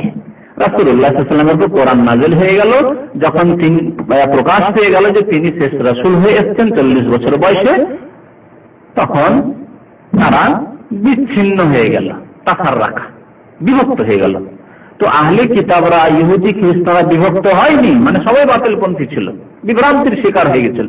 কিন্তু বিভক্ত হলো কখন গিয়ে? যখন তাদের কাছে সুস্পষ্ট প্রমাণ চলে আসলো, অর্থাৎ প্রিয় নবী মুহাম্মদ রাসূলুল্লাহ সাল্লাল্লাহু আলাইহি ওয়াসাল্লাম, তার সাথে সাথে কোরআন চলে আসলো, তখন তারা বিভক্ত হয়ে গেল। কিভাবে বিভক্ত হলো? মুমিন কাফের, মুমিন কাফের। কিরকম মুমিন কাফের? যেহেতু তাদেরকে আদেশ করা হয়েছে যে শেষ রাসূল আসেন সারা বিশ্বের মানুষের জন্য, সারা বিশ্বের মানুষের জন্য, আরবদের জন্য, অনারবদের জন্য, শ্বেতাঙ্গের জন্য, কৃষ্ণাঙ্গের জন্য, সবার জন্য আসবে, তার প্রতি ঈমান নিয়ে আসতে হবে। এই সুসংবাদ তাদের কিতাবে ছিল। এই সুসংবাদ হযরত ঈসা আলাইহিস সালাম দিয়েছেন, এই সুসংবাদ মুসা আলাইহিস সালাম দিয়েছেন। এই জন্য বাইবেলে ছিল যে কথা, কোরআনের সূরা সাফে আল্লাহ উল্লেখ করেছেন, নববাশশিরাম বিরাসূলি ইয়াতি মিন বাদি ইসমুহু আহমদ। ঈসা আলাইহিস সালাম তার অনুসারীদেরকে বলেছিলেন যে আমি সুসংবাদ দিচ্ছি এক রাসূলের, ইয়াতি মিন বাদি, যিনি আমার পরে আসবেন, ইসমুহু আহমদ, তার নাম হবে আহমদ। নবী ঈসা আলাইহিস সালামের নাম মুহাম্মদ এবং আহমদ, মুহাম্মদ আহমদ। তার পরিবারের লোকেরা, কুরাইশের লোকেরা, তার আত্মীয় স্বজনরা মুহাম্মদ রেখেছিলেন, মহান আল্লাহ আকাশে তার নাম আহমদ রেখেছেন। মুহাম্মদ মানে যার অতি প্রশংসা করা হয়েছে, নবী করিম সাল্লাল্লাহু আলাইহি ওয়াসাল্লামের অতি প্রশংসা করা হয়েছে পৃথিবীতে। এইরকম কোন ব্যক্তি তো পৃথিবীতে না এসেছে, না আসবে, যার এত বেশি প্রশংসা এবং এত বেশি তার জন্য দোয়া করা হয়েছে, যার নাম আসতেই প্রত্যেক মুসলমান, আজকে পৃথিবীতে কোটি কোটি মুসলমান, তারা বলে সাল্লাল্লাহু আলাইহি ওয়াসাল্লাম, পিস বি আপন হিম, তার উপর দরুদ ও সালাম বর্ষিত হোক। জি, তো নবী করিম সাল্লাল্লাহু আলাইহি ওয়াসাল্লাম কোনখানে বলছিলাম? বাইয়ানা, নবী করিম সাল্লাল্লাহু আলাইহি ওয়াসাল্লাম বাইয়ানা। তো বাইয়ানা আসার পরে এরা ভাগ হয়ে গেল, কেউ ঈমান নিয়ে আসলো, সুসংবাদ তার সম্পর্কে হয়েছিল, তো ভাগ হয়ে গেল। কেউ স্বীকার করে ঈমান নিয়ে আসলো, যেহেতু তাদেরকে বলা হয়েছে যে শেষ নবী আসলে ঈমান নিয়ে আসবে, মুসলমান হয়ে গেল। যেমন অনেক খ্রিস্টান মুসলমান হয়েছে, অনেক ইহুদিদের মধ্যে অল্প সংখ্যক নবী করিম সাল্লাল্লাহু আলাইহি ওয়াসাল্লামের জামানায় মুসলমান হয়েছে। নবী করিম সাল্লাল্লাহু আলাইহি ওয়াসাল্লাম মদিনায় আসলেন, মদিনায় আসতেই প্রথম তো দূরে দূরে থাকতেন আব্দুল্লাহ বিন সালাম, কিন্তু আব্দুল্লাহ বিন সালাম ইহুদি থাকলেও দেখতে গেলেন, শুনেছেন যে নাকি একজন নবী বলে দাবি করতেন, আর তিনি মক্কা থেকে মদিনায় এসেছেন, আর মদিনায় তার বেশ কিছু অনুসারী, যারা অনুসারী ছিল তারা কিন্তু মুশরিক ছিল, পৌত্তলিক, আওস এবং খাজরাজ, দুই গোত্রের লোক, এরা কিন্তু পুতুল পূজারী, মক্কার মুশরিকদের মতো। এরাই অধিকাংশ মুসলমান হয়েছিল এবং এরাই সাহায্যের ওয়াদা করে নবী সাল্লাল্লাহু আলাইহি ওয়াসাল্লামকে ডেকে নিয়েছেন, আসুন আমরা আমাদের জীবন বেঁচে থাকা পর্যন্ত আপনার জন্য আমরা জানমালের সবকিছুর কোরবানি করবো, উৎসর্গ করবো, আসুন। নবী সাল্লাল্লাহু করে আসলেন। ইহুদিরা কেউ মুসলমান হয়নি তখন পর্যন্ত। আব্দুল্লাহ বিন সালাম বলছেন তিনি ইহুদিদের সবচেয়ে বড় আলেম ছিলেন, জ্ঞানী ছিলেন মদিনায়। ইহুদিরা বসবাস করতো, ইহুদিদের বরং 3টি গোত্র বসবাস করতো মদিনায় সেই যুগে। পরবর্তীতে তাদেরকে সেখান থেকে নির্বাসিত করা হয়েছে তাদের দুষ্টামির কারণে, যা ইসলামের ইতিহাসে রয়েছে। আব্দুল্লাহ বিন সালাম বলছেন যে নবী সাল্লাল্লাহু আলাইহি ওয়াসাল্লাম সম্পর্কে যখন শুনলাম যে এসেছেন, যাই একটু দেখে আসি, গেলাম, দূর থেকে একটু দেখলাম। তো প্রথম যে দৃষ্টি পড়লো আমার তার উপর, তিনি বসেছিলেন এক জায়গায়, আর তার সাহাবীরা চারিদিক থেকে ঘিরে হালাকা হয়ে বসে রয়েছেন। দেখে চেহারাটি দেখে আমি উপলব্ধি করলাম যে ইন্না হাযাল ওয়াজহু লাইসা ওয়াজহু কাযযাব, এই মুখমণ্ডলটির চেহারাটি মৃত্যুকর মুখমণ্ডল হতে পারে না। প্রথম দেখতে আমি উপলব্ধি করলাম যে না, কথা সত্য বলবেন নিশ্চয়ই, এই চেহারা, এত সুন্দর চেহারা, আর মিথ্যা কথা তিনি বলবেন, আর এত কষ্ট স্বীকার করবেন খামাখাতে, কি জন্য তার আত্মীয় স্বজনরা তাকে পছন্দ করলো না? একটা হক যদি তার কাছে না থাকে স্পষ্ট, তাহলে কেন এইসব কষ্ট তিনি স্বীকার করে নেবেন? মোটেই না। মানুষ কি এমনিতে কষ্ট স্বীকার করে যখন তার একেবারে গাঢ় বিশ্বাস হয়ে যায়, অটল বিশ্বাস, সেই বিশ্বাসকে কোটি টাকা দিয়েও খরিদ করা যায় না, তখন সে যে কোনো কষ্ট স্বীকার করতে প্রস্তুত। মিথ্যা চেহারা হতে পারে না এই চেহারা। তারপরে আব্দুল্লাহ বিন সালাম বলছেন যে প্রথম যে কথাটি তার শুনলাম সেখানে গিয়ে, সেটি ছিল এই যে আইয়ুহান নাস, হে মানুষ, কিছু আদবের কথা নবী করিম সাল্লাল্লাহু আলাইহি ওয়াসাল্লাম তখন আলোচনা করছিলেন। আইয়ুহান নাস, হে মানুষ, তোমরা কি করো? আফসুস সালাম, বেশি বেশি সালামের প্রচার প্রসার করো, মানুষকে সালাম দাও, বেশি বেশি করে সালাম দাও মানুষকে, যেখানেই দেখা হোক না কেন সালাম দাও। এমনকি ছোট বাচ্চাদেরকে নবী করিম সাল্লাল্লাহু আলাইহি ওয়াসাল্লাম সালাম দিতেন। আফসুস সালাম, সালামের প্রচার প্রসার করো। ও আতিমুত তাআম, মানুষকে অন্ন দান করো, গরিব মিসকিন অভাবীদেরকে খাদ্য দান করো। ওয়াসিলুল আরহাম, আত্মীয়দের সাথে সুসম্পর্ক কায়েম রাখো, বজায় রাখো। আত্মীয়দের সাথে সুসম্পর্ক যাতে ঠিক থাকে, মানুষের সাথে সম্পর্ক খারাপ না হয়, বিশেষ করে আত্মীয়দের সাথে। কারোর সাথে সম্পর্ক খারাপ করা চলবে না, কিন্তু আত্মীয়দের হক রয়েছে। শুধু সুসম্পর্ক রাখাই না, এবং সুসম্পর্ক রাখার জন্য ধন সম্পদ আরো কিছু কোরবানি তাদের জন্য করতে হবে, আত্মীয়দেরকে দিতে হবে, যাতে সম্পর্ক বহাল থাকে। এখান থেকে গেলেন চাকরি বাকরি করে, আর আত্মীয় স্বজনের যায় নামাজও নিয়ে যেতে পারলেন না। সুসম্পর্ক আপনি রাখতে চান, কেমন করে? তাদের তো কিছু হক আছে, আর্থিক হক আছে তাদের। আপনার এমন আপন আত্মীয় যে যাদের দেখাশোনা আপনাকে করতে হবে, যাদের চিকিৎসার প্রয়োজন আছে, না চিকিৎসা করছেন না, শুধু কেমন আছেন, ভালো আছেন, বেশ, না যথেষ্ট নাই। সিলুল আরহাম, আত্মীয়তা যাদের সাথে সম্পর্ক রয়েছে সে সম্পর্ককে অটুট রাখবে। আর কি? ওয়াসাল্লু বিল-লাইলি ওয়ান-নাস নিয়াম, যখন রাত্রে মানুষেরা ঘুমিয়ে থাকে তখন তোমরা কি করবে? তাহাজ্জুদের নামাজ পড়বে। তখন তাহাজ্জুদের নামাজ পড়ে, ফরজ তো পড়তেই হবে। এই আদেশ হচ্ছে কার জন্য? স্পেশাল লোকদের জন্য। স্পেশাল যারা হতে চাও, কিছু স্পেশালিটি রাখতে চাও, বিশেষ বৈশিষ্ট্য রাখতে চাও, আল্লাহর নৈকট্য এইভাবে হাসিল করতে চাও, সাধারণভাবে সাধারণ বান্দা নয়, খাস বান্দা হতে চাও, তাহলে সাল্লু বিল-লাইলি ওয়ান-নাস নিয়াম, মানুষ যখন নিয়াম থাকবে, ঘুমিয়ে থাকবে, তখন তোমরা নামাজ পড়ো, তাহাজ্জুদ পড়ো। আল্লাহর সাথে একাকী যখন সম্পর্ক হবে, তখন স্পেশাল একটা সম্পর্ক হবে, তোমার ইমানও স্পেশাল হবে, তোমার আমলও স্পেশাল হবে। সাল্লু বিল-লাইলি ওয়ান-নাস নিয়াম। তারপরে কি বললেন নবী সাল্লাল্লাহু আলাইহি ওয়াসাল্লাম? তাদখুলুল জান্নাতা বিসালাম, তাহলে সহি সালামতে জান্নাতে প্রবেশ করবে। কত সুন্দর দিন! এই কথাগুলি শুনে অত্যন্ত প্রভাবিত হলেন আব্দুল্লাহ বিন সালাম। তারপরে পরে মুসলমান হয়ে গেলেন, কালেমা লা ইলাহা ইল্লাল্লাহ শাহাদাতে মুসলমান হয়ে গেলেন। কিন্তু অধিকাংশ ইহুদিরা মুসলমান হলো না, মাত্র কয়েকজন ইহুদি মুসলমান হয়েছিল, অধিকাংশ ইহুদিরা মুসলমান হয়নি। খ্রিস্টানদের মধ্যে ওই রকম, খ্রিস্টান মদিনায় ছিল না, কিন্তু আশেপাশে যে এলাকা খ্রিস্টান ছিল, কিছু খ্রিস্টান মুসলমান হয়েছে। যেমন আদি বিন হাতেম খ্রিস্টান ছিলেন, খ্রিস্টান থেকে ইসলাম গ্রহণ করেছিলেন। তারপরে নাজরান, বর্তমানে সৌদি আরবের মধ্যে নাজরান একটি শহর, এই নাজরান এলাকাতে কিছু খ্রিস্টান বসবাস করতো, তাদের কিছু লোক মুসলমান হয়েছেন, কিছু হননি, পরে তারা মুসলমান হয়েছে। আল্লাহ বলছেন যে নবী সাল্লাল্লাহু আলাইহি ওয়াসাল্লামের আগমনের পরে, অর্থাৎ বাইয়ানা সুস্পষ্ট প্রমাণ আসার পরে বিচ্ছিন্নতা দেখা দিল, দুই ভাগে ভাগ হয়ে গেল। অথচ তাদের সবাইকে আদেশ ছিল যে দ্বীন ইসলাম যখন আসবে, শেষ নবী যখন আসবেন, তখন তোমরা সবাই এক বাক্যে স্বীকার করে নেবে এবং তার রিসালাতের শাহাদাত দিয়ে আশহাদু আল্লা ইলাহা ইল্লাল্লাহ ওয়া আশহাদু আন্না মুহাম্মাদান আবদুহু ওয়া রাসূলুহু পড়ে মুসলমান হয়ে যাবে। তারা বিচ্ছিন্নতা করে দিল, সবাই ইসলাম গ্রহণ করলো না। আহলি কিতাবদের কথাই শুধু বললেন, মুশরিকদের কথা কেন বললেন না? বলতে চেয়েছি, মুশরিকদের কথা এই জন্য বললেন না যে নবী করিম সাল্লাল্লাহু আলাইহি ওয়াসাল্লামের আশেপাশে যে সব মুশরিকরা, পৌত্তলিকরা ছিল, তারা সবাই মুসলমান হয়ে গেছিল প্রায়। নবী সাল্লাল্লাহু আলাইহি ওয়াসাল্লামের জীবদ্দশার সাথে শিরক সাফ হয়ে গেছিল মক্কা মদিনার আশপাশ থেকে। মক্কা বিজয় পর্যন্ত একটু বাধা ছিল, যেহেতু ওরা একটু শক্তিশালী ছিল, মক্কা তাদের দখলে, রাজধানী তাদের হাতে, সুতরাং তাদের কিছু যারা কট্টর ছিল, বদ প্রকৃতির ছিল, শক্ত প্রকৃতির ছিল, তারা গোড়ামি করে ছিল। কিন্তু যখন মক্কা বিজয় হয়ে গেল, ইসলামের হাতে চলে আসলো, তখন সবাই দলে দলে মুসলমান হয়ে গেল। এক একটা দুটো চারটা করে মুসলমান হতো, একটি পরিবার দুটি পরিবার করে মুসলমান হতো। কিন্তু মক্কা বিজয়ের পরে কি হলো? আল্লাহ সূরা নাসরে বলছেন, ইযা জাআ নাসরুল্লাহি ওয়াল ফাতহ ওয়া রাআইতান নাসা ইয়াদখুলুনা ফি দীনিল্লাহি আফওয়াজা। বিজয় আসার পরে ইয়াদখুলুনা ফি দীনিল্লাহ, মানুষদেরকে তুমি দেখবে যে তারা আল্লাহর দ্বীনে প্রবেশ করছে আফওয়াজান, মানে দলে দলে। এক একটি বংশ একসাথে 1000 লোক, 2000 লোক, 5000 লোক, গোটা মক্কাবাসী একসাথে সে কলেমা পড়ে মুসলমান হয়ে গেল। এইভাবে তায়েফবাসী আসলো, যে তায়েফবাসী নবী সাল্লাল্লাহু আলাইহি ওয়াসাল্লামকে আহত করেছিল, হ্যাঁ, এই তায়েফবাসী দলে দলে এসে মুসলমান হয়ে গেল। তো মুশরিক যারা পৌত্তলিক ছিল তারা প্রায় সবাই মুসলমান হয়ে গেছিল, কেউ আর অবশিষ্ট থেকে যায়নি। এজন্য তাদের কথা বলা হয় যে তারা বিচ্ছিন্নতা করেছিল, বরং তারা মুসলমান হয়ে গেছিল। কাছের যারা মুশরিক, দূরের মুশরিক ছিল তারা হয়তো সবাই হয়নি। তাদের মধ্যে থেকে আল্লাহ যাদেরকে তৌফিক দান করেছেন, আল্লাহ আমাদেরকে তৌফিক দান করেছেন যে তাদের মধ্যে থেকে আল্লাহ আমাদেরকে বেছে নিয়েছেন। সুদূর বাংলাদেশে কত কাফের হিন্দু পার হওয়ার পরে সুদূর বাংলাদেশে আল্লাহ ইসলাম পৌঁছে দিয়েছেন, সিংহভাগ মুসলিম, বলো আলহামদুলিল্লাহ। পাকিস্তান অধিকাংশ মুসলিম, আরো বেশি চলে যান, আরো বাংলাদেশ থেকে আরো কত দূরে, ইন্দোনেশিয়া, মালয়েশিয়া চলে যান, আপনি বরুণাই চলে যান, অধিকাংশ মুসলমান। আল্লাহ তৌফিক দিয়েছেন। এরা ছিল পৌত্তলিক মুশরিক, পুতুল পূজারী ছিল। তাদের মধ্যে থেকে আল্লাহ রাব্বুল আলামিন অধিকাংশদেরকে মুসলিম হওয়া তৌফিক দান করেছেন, বলুন আলহামদুলিল্লাহ। আল্লাহ বলেছেন, আমা তাফাররাকাল্লাযিনা উতুল কিতাবা ইল্লা মিন বাদি মা জাআতুল বায়িনাহ।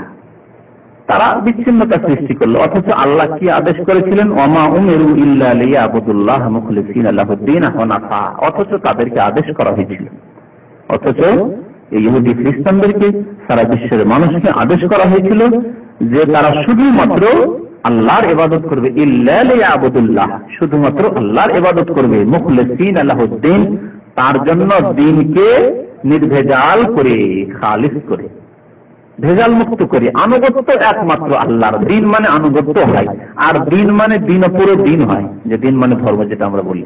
তো পুরো দিনকে আল্লাহর জন্য নির্ভেজাল করে দেবে, নিজের আনুগত্যকে আল্লাহর জন্য একবার নির্ভেজাল করে একমাত্র আল্লাহর আনুগত্য করবে। সার্বিক ক্ষেত্রে কি করণীয়, কি বর্জনীয়, এই ক্ষেত্রে আল্লাহ যা বলেছেন, রাসূল যা বলেছেন, আর কিছু জানে না।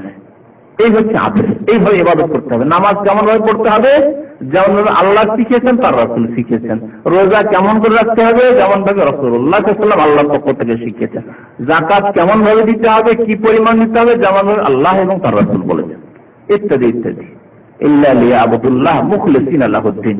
এবং এই দ্বীনকে, এই ইবাদতকে, এই আনুগত্যকে আল্লাহর জন্য খালিস করতে হবে, মানে আল্লাহ ছাড়া অন্যেরও আনুগত্য করা বা অন্যের সামনে সিজদা করা, অন্যের সামনে দোয়া করা, অন্যের কাছে আরাধনা উপাসনা করা, অন্যের দরবারে ধর্ণা দেওয়া, যেমন কবর মাজারে যারা ধর্ণা দেয়, না না না, এটি হচ্ছে দ্বীনের পরিপন্থী কাজ, দ্বীন বিরোধী কাজ, দ্বীন বিরোধী কাজ, ইখলাসের পরিপন্থী। ইখলাস মানে নিষ্ঠার সাথে একমাত্র আল্লাহর জন্য দ্বীনকে কায়েম করা, মুখলিসিনা লাহুদ্দীন হুনাফা, একগ্র চিত্তে একমাত্র আল্লাহর জন্য। হুনাফা হানিফের বহুবচন, হানিফের বহুবচন হচ্ছে হুনাফা, একগ্র চিত্তে। ওয়ায়ুকিমুস সালাহ, এবং আদেশ কি করা হয়েছে? সালাত কায়েম করবে, নামাজ কায়েম, এই আদেশ করা হয়েছে। ওয়ায়ুতুজ যাকাত, যাকাত প্রদান করবে, এই আদেশ করা হয়েছে। সুতরাং কেউ যদি শুধু জাতিগত মুসলমান হয় আর সালাত কায়েম না করে, মুসলমান হতে পারলো না।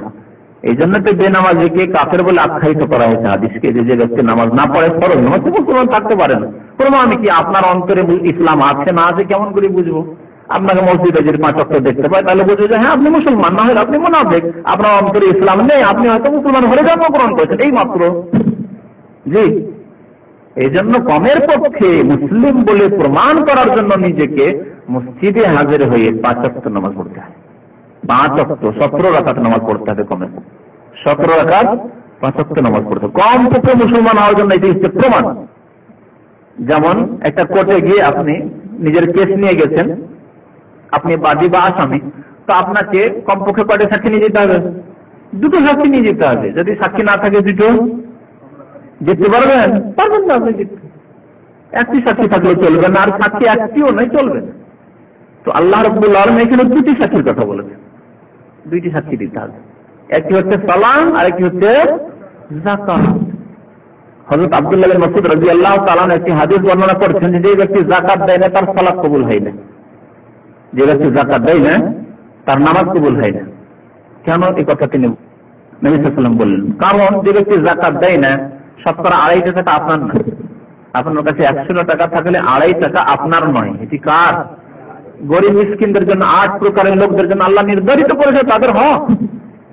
খোড়া অক্ষম মানুষ, সে আয় উপার্জন করতে পারে, খাবে কোথা থেকে? তার জন্য আল্লাহ হক নির্ধারণ করে দিয়েছেন, আছেই তার ভাগ আছে। মুসলিম উম্মতের যারা খোড়া অক্ষম মানুষ বা যারা হকদান, তাদের হক আল্লাহ নির্ধারিত করেছেন। আপনার কোনো অবদান এহসান নাই যে আপনি গরিবদের বড় এহসান করলেন আপনার গ্রামে, না, আল্লাহর এহসানই। আল্লাহ ফরজ না করলে আপনি করতেন না, হয়তো চিন্তা করতেন যে আমার 5 লাখ টাকা থাকলে অনেক টাকায় চলে যাচ্ছে। কি বলছিলাম, যে এই 2টি প্রমাণ দিতে হবে। হ্যাঁ, যাকাত না দিলে নামাজ কবুল হবে না। জাকাত না দিলে না, জাকাত না দিলে মুসলমান হয়ে থাকবে, মানে ফাসেক, বড় ফাসেক। জাকাত যদি কেউ না দেয় তাহলে অস্বীকার করলে কাফের, আর যেটা দেব করে সে মুসলমান, কিন্তু ফাসেক সে। তবে জাকাত না দিলে নামাজ কবুল হয় না। আব্দুল্লাহ বিন মাসউদ রাদিয়াল্লাহু তাআলা আনহু এই বর্ণনা হাদিসটি নবী সাল্লাল্লাহু আলাইহি ওয়াসাল্লাম বর্ণনা করেছেন।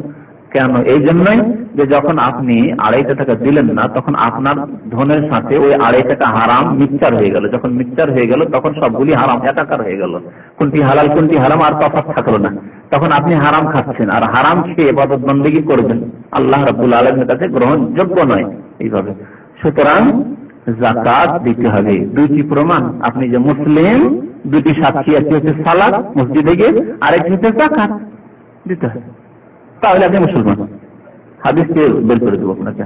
তো যাকাত দিতে হবে, যাকাত দিতে হবে। যাকাত না দিলে নামাজ কবুল হয় না। আব্দুল্লাহ বিন মাসউদ রাদিয়াল্লাহু তাআলা হাদিসটি বর্ণনা করেছেন। তো কি বলছিলাম, যে সালাত কায়েম করতে হবে এবং যাকাত দিতে হবে। আর অধিকাংশ জায়গায় কোরআনে নামাজের সাথে যাকাতের কথা বলেছে, অধিকাংশ জায়গায়, কোন কোন জায়গায় শুধু বলেন, অধিকাংশ জায়গায় আকিমুস সালাত সাথে ওয়াতুজ যাকাত বলা হয়েছে। আর 80-এরও বেশি জায়গায় আল্লাহ নামাজের কথা বলেছেন। সুতরাং আপনি একটি আদেশ যদি আল্লাহ লঙ্ঘন করেন, তাহলে আপনার ঈমান থাকবে কিনা, আপনি মুসলিম হয়ে মুক্তি পাবেন কিনা চিন্তা করেন। আর এতবার আল্লাহ আদেশ করলেন, তারপর উপেক্ষা করেই যাচ্ছেন আর বলছেন আমি মুসলমান। কেমন করে মুসলমান? প্রমাণ করলেন না, মনে আছে আপনি, আপনার মধ্যে কপটতা রয়েছে। এটি হচ্ছে সঠিক দিন। সঠিক দিন কি? যে একমাত্র আল্লাহর ইবাদত করবে, শিরক করবে না, শিরক মুক্ত মুসলমান হবে। না আকীদায় শিরক, না কথায় শিরক, না আমলে কাজে করবে শিরক। আর সালাত কায়েম করবে, যাকাত দেবে, এই হচ্ছে সঠিক দিন। এগুলি যে কায়েম করলো, বাকিগুলো তখন কায়েম করবে, হারাম থেকে বেঁচে থাকবে, আর বাকি যেসব ফরজ ওয়াজিবাত রয়েছে সেগুলি করবে। একজন মানুষ যদি 5 ওয়াক্ত নামাজের পাবন হয়, জামাত সহ মসজিদে গিয়ে নামাজ পড়ছে, যেটা মসজিদে নামাজ পড়তে হবে ওয়াজিব, আর যাকাতও দেয়, তাহলে সে ব্যক্তি হজ করবে না এমন হতে পারে না। আমার দেশের মানুষেরা হজের জন্য পাগল থাকে। যাকাত না দিলেও অনেকে যাকাত দিতে পারে না, যাকাত দেওয়ার সামর্থ্য নেই, তারপর হজের জন্য পাগল, হজে যেতেই হবে, জমি জায়গায় বিক্রি করেও হজে আসে। তাহলে হজের চাহিদা অনেক বেশি মানুষের মধ্যে আছে। অলস কোথায়? নামাজে অলস, অথবা অনেক বেনামাজি হজ করতে আসে, আসে না? অনেক বেনামাজি হজ করতে আসে, এখান থেকে অনেকে যাচ্ছে বেনামাজি হজ করে এসে আবার বেনামাজি। তাহলে নামাজটা বেশি ভারী মনে হচ্ছে, অথচ হজে পয়সাও লাগছে। এই জন্য আল্লাহ হজের কথা কেন বলেননি? রোজা আমাদের অনেকে রাখে, অনেক বেনামাজি রোজা রাখে, হ্যাঁ, অনেক বেনামাজি মহিলা, অনেক বেনামাজি তারা রোজা রাখে আমাদের দেশে সমাজে। রোজা ছাড়ছে না, বুঝতে পারছেন? রোজা ছাড়ছে না, নামাজ না পড়ো। নামাজ পড়ে আমাদের দেশে রোজার দিনে কিরকম নামাজ? ওই তারাবির নামাজ। ভ্রান্ত কিছু ধারণা আছে যে তারাবিটা না পড়লে রোজা হবে না, রোজাটাকে তো হওয়াতে হবে, ওই জন্য তারাবি পড়ে। আর ইফতার করলে এখন কি করে নামাজ না পড়ে? তো মাগরিবটা পড়তে যায়, অনেকে দেখা যায় যে মাগরিব আর এশাটা পড়ে, তারাবিটা পড়তে হবে, এই জন্য এশা পড়ে, আর মাগরিবটা পড়ে যে এখন ইফতার করলাম তো যাই মাগরিবটা পড়ি। এই 2 নামাজ পড়ে রমজান মাসে, আর রমজান শেষ হলে শেষ। তো সালাত এবং যাকাত যারা কায়েম করে নেবে, তারা বাকি আর কটি ফরজ থাকছে? তাওহীদ হয়ে গেল, মুখলিসিন লাহুদ্দিন, কালিমা লা ইলাহা ইল্লাল্লাহ, আর তারপরে সালাত হয়ে গেল, যাকাত হয়ে গেল, আর বাকি থাকে 2টি, রোজা আর হজ। যেমন বললাম যে রোজা হজ করবেই মানুষ, যারা যাকাত দেবে আর নামাজ পড়ে 5 ওয়াক্ত, অবশ্যই রোজা হজ করবে। ওয়াযালিকা দীনুল কাইয়্যিম, এই জন্য আল্লাহ বলেছেন এটি হচ্ছে সঠিক দিন, এই হচ্ছে সঠিক দিন। তারপরে আল্লাহ রাব্বুল আলামিন এখন পরিণতি বর্ণনা করছেন কাদের? যারা বিচ্ছিন্ন হলো সঠিক দিন থেকে, নবী করিম সাল্লাল্লাহু আলাইহি ওয়াসাল্লামের অর্থাৎ আল বাইয়িনার আগমনের পরে, কোরআন এসে যাওয়ার পরে যারা কুফরির পথ অবলম্বন করলো, অস্বীকার করলো, তাদের পরিণতি কি? তাদের কথা প্রথম বর্ণনা করেছেন। তারপরে যখন কাফেরদের এই পরিণতি, তাহলে যারা ইসলাম গ্রহণ করলো, আহলে কিতাবদের মধ্যে তো ইহুদি খ্রিস্টান থেকে মুসলমান হয়ে গেল, অথবা পৌত্তলিক মুশরিক ছিল সে মুসলমান হয়ে গেল, তার বা কি পরিণতি, তার জন্য আল্লাহ কি প্রতিফল রেখেছেন, জাযা রেখেছেন, প্রতিদান রেখেছেন, তাও আল্লাহ বর্ণনা করে এই সূরার সমাপ্তি করেছেন। তো মহান আল্লাহ ইরশাদ করেছেন, ইন্নাল্লাযীনা কাফারু মিন আহলিল কিতাব ওয়াল মুশরিকিনা ফী নারি জাহান্নাম খালিদিনা ফীহা উলাইকা হুম শাররুল বারিয়া। নিশ্চয়ই আল্লাযীনা কাফারু, যারা কাফের হয়ে গেল, কুফরি করল, অস্বীকার করল, মুহাম্মদ সাল্লাল্লাহু আলাইহি ওয়াসাল্লামকে আমরা রাসূল মানতে পারি না, কোরআনে আমরা বিশ্বাস করতে পারি না। মিন আহলিল কিতাব, সে আহলে কিতাব হোক, ইহুদি খ্রিস্টান হোক, ওয়াল মুশরিকিন বা মুশরিক পৌত্তলিক হোক, যেমন আবু জাহল, আবু লাহাব, এইরকম যারা কাফের কুফরের অবস্থায় যারা মারা গেছে, ফি নারে জাহান্নামা, তাদের পরিণতি কি? জাহান্নামের আগুনে তারা অবস্থান করবে, খালিদিনা ফিহা, সেখানে তারা চিরকাল থাকবে, স্থায়ী হবে। উলাইকা হুম শাররুল বারিয়া, এবং এরাই হচ্ছে শাররুন মানে নিকৃষ্ট, খারাপ, আর বারিয়া মানে সৃষ্টি, তারা পৃথিবীর যত সৃষ্টি রয়েছে সৃষ্টির অধম, সমস্ত সৃষ্টির মধ্যে নিকৃষ্ট সৃষ্টি। আল্লাহু আকবার, নিকৃষ্ট সৃষ্টি। নিজের কল্পনার জগতে কল্পনা করেন তো যে পৃথিবীতে সবচাইতে নিকৃষ্ট সৃষ্টি কি হতে পারে, বলেন দেখি কেউ একজন। নিকৃষ্ট সৃষ্টি শুকর, পায়খানার মধ্যে যে পোকাগুলো হয়ে যায় মনে করেন, তাই না? এই ধরনের এরকম অনেক উদাহরণ আছে, শুকুর, কুকুর বা আপনার পায়খানার ওই যে পোকা, এইসব পোকা। তো এই পোকার চাইতেও, পায়খানার পোকার চাইতেও, কুকুর চাইতেও, শুকুর চাইতেও নিকৃষ্ট কে? ওই মানুষ, যে মানুষ আল্লাহর প্রতি বিশ্বাস রাখে না, পরকালের প্রতি বিশ্বাস রাখে না, রাসূলের প্রতি, মুহাম্মদ সাল্লাল্লাহু আলাইহি ওয়াসাল্লামের রিসালাতে বিশ্বাসী হলো না, কোরআনের বিধানের প্রতি বিশ্বাসী হলো না। উলাইকা হুম শাররুল বারিয়া, বারিয়া মানে সৃষ্টি, মাখলুকাত, সৃষ্টি জগৎ। তো সমস্ত সৃষ্টি জগতের অধম হচ্ছে, বা সৃষ্টি জগতের মধ্যে সর্বনিকৃষ্ট হচ্ছে ইন্নাল্লাযীনা কাফারু, যারা কাফের। আহলে কিতাবদের ইহুদি নাসারা কাফের হোক, অথবা মুশরিক পৌত্তলিক কাফের হোক, কবর পূজারী কাফের হোক, উলাইকা হুম শাররুল বারিয়া, এরা হচ্ছে সৃষ্টির অধম। এই জন্য কোরআনে কারিমে আরো কয়েক জায়গায় বলা হয়েছে এইরকম কাফেরদের কথা, উলাইকা কাল আনআম, এরা হচ্ছে চতুষ্পদ জন্তুর মতো। চতুষ্পদ জন্তু তো অনেক ভালো, চতুষ্পদ জন্তু চাইতে নিকৃষ্ট অনেক জীব আছে। এই জন্য আল্লাহ তারপরে বলছেন যে শুধু কাল আনআম নয়, বল হুম আযাল, বরং এর চাইতেও নিকৃষ্ট। আর আল্লাহ ইরশাদ করেছেন আরেকটি আয়াতে, ওয়াল্লাযীনা কাফারু ইয়াতামাত্তাউন, কাফেররা পৃথিবীতে ভোগ করে। কেমন ভাবে ভোগ করে? কামান এবং ভক্ষণ করে, ভোগ করে, ভোগ বিলাস করে, কামা তাকুলুল আনাম, যেমন চতুষ্পদ জন্তু খায়, কোন চিন্তা নেই, তার মালিক খাওয়াচ্ছে, খাচ্ছে, ঘোড়াকে পুষে পুষে পুষে মোটা করছে, তাজা করছে, তার মালিক খাচ্ছে, কোনো চিন্তা, ঘোড়ার কোনো চিন্তা আছে? যারা কুকুর আজকাল পোষে পশ্চিমারা, আর কুকুরকে আদর যত্ন করে, নিজের ছেলে মেয়ের চাইতেও বেশি, স্ত্রীর চাইতেও বেশি, মা বাবার চাইতেও বেশি, করে না? কোনো বাড়াবাড়ি কথা নাকি? এত সুন্দর আদর যত্নে রাখে, দুধে ভাতে খাওয়াই, যে ছেলে মেয়েকে এত দুধে ভাতে খাওয়াই না, ছেলে মেয়েদের খোঁজ খবর নাই না। এদের স্ত্রীরা ফ্যাক্টরিতে চাকরি করে, এক জায়গায় চাকরি করছে, আর স্বামী আরেক জায়গায় চাকরি করছে, আর ছেলে মেয়েকে দরজা বন্ধ করে দিয়ে চলে এসছে, কারো হাতে ছেড়ে দিয়ে চলে এসছে। মান্থলি যেখানে রাখার ব্যবস্থা আছে, ছেলে মেয়েদেরকে ওখানে রেখে চলে এসছে। পশ্চিমা দেশে এরকম কিছু আপনার আছে, সংস্থা আছে, যারা চাকরি করবে না, স্বামী স্ত্রী, সেখানে গিয়ে ছেলে মেয়েকে দিয়ে চলে আসেন, যে তোমার 12 ঘন্টা 4 ঘন্টা তার ফিস আছে। জি, তো এরা কুকুরের যেভাবে যত্ন করে, তাদের গাড়িতে দেখবেন কুকুর কি যত্নে বসে থাকে। কুকুরের যেভাবে যত্ন করে, তার নিজের ছেলে মেয়েদেরও যত্ন করে না, বাবা মায়ের যত্ন করে না। সেই সমাজে বাবা মার মর্যাদা কেমন জানেন? এই পশ্চিমা সমাজে বাবা মার মর্যাদা হচ্ছে, যেমন আমরা কোনো ফল খেয়ে বিচিটাকে ছুঁড়ে ফেলে দিই। আম খেলেন, আর চুষে আম খাওয়ার পরে বিচিটাকে কি করলেন? ছুঁড়ে ফেলে দিলেন। ওই রকম বাবা মায়ের মর্যাদা সেই সমাজে, কোনো বাড়তি কথা নেই। এবং ওই দেশে যারা যাচ্ছে, এই মুসলিম দেশগুলি থেকে, তারা বাবা মাকে ওইভাবে রাখে। বাবা মাকে নিয়ে যায় কি জন্য? নিয়ে যায় বাংলাদেশ থেকে, পাকিস্তান থেকে, ভারত থেকে মুসলিমরা যারা পশ্চিমা দেশে থাকে, লন্ডনে, আমেরিকা, কানাডায়, তারা বাবা মাকে অনেকে নিয়ে যায়। কি জন্য নিয়ে যায়? যে স্বামী স্ত্রী দুজনে চাকরি করবে, ছেলেগুলোকে দেখাশোনা কে করবে? বাবা মাকে নিয়ে রাখে, যে বাবা মা আমার ছেলেগুলোকে একটু জোগান দাও, দেখাশোনা করো। তো এই করতে থাকে, আর তারপরে যখন এই কাজ শেষ তখন ছুটে ফিরে যায়, কোনো মর্যাদা নেই সেই সমাজে, বাবা মায়ের কোনো মর্যাদা নেই, পারিবারিক কাঠামো বলে কোনো জিনিস নেই সেখানে। কিন্তু আলহামদুলিল্লাহ মুসলিম সমাজ এখনো যেটুকু কল্যাণ মুসলিম সমাজ আছে, যদি মুসলিম সমাজ তাদের সঠিক ইসলাম থেকে অনেক দূরে রয়েছে, এখন তাদের ইসলামে ফিরে আসার জন্য অনেক সময় এবং মেহনতের প্রয়োজন আছে, প্রচেষ্টার প্রয়োজন আছে। তারপরেও আজকে একটি পরিবারকে নিয়ে, মুসলিম পরিবার, যেই পরিবারে বুড়ো বাবা মা আছে, এই বাবা মায়ের কি শ্রদ্ধা সে করে, তার স্ত্রী করে, শ্বশুর শাশুড়ি, আমাদের দেশের মহিলারা কত শ্রদ্ধা করে, নিজের বাবা মায়ের মতো মনে করে শ্বশুর শাশুড়ি, করে না? অথচ পরের মেয়ে এসে বাবা মায়ের মতো শ্রদ্ধা করে, বাবা মায়ের মতো খেদমত করে, অথচ তার বাবা মা না। আল্লাহ বলছেন বাবা মায়ের খেদমত করে, তোমার বাবা মা। অথচ আপনার স্ত্রী এসে আপনার বাবা মায়ের খেদমত করে ওইভাবে নিজের বাবা মায়ের মতো।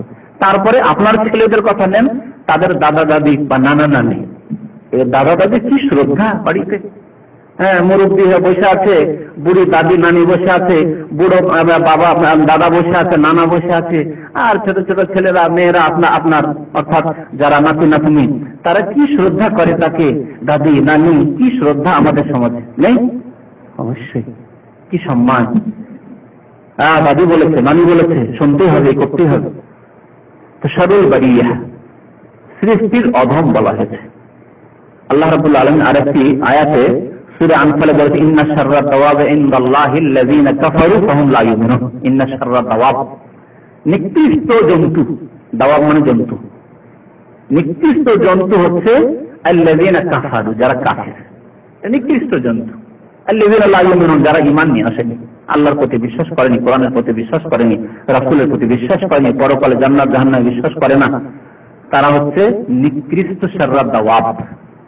তারপরে আল্লাহ রাব্বুল আলামিন মুমিনদের কথা বর্ণনা করেছেন, ইন্নাল্লাযীনা আমানু ওয়া আমিলুস সালিহাত।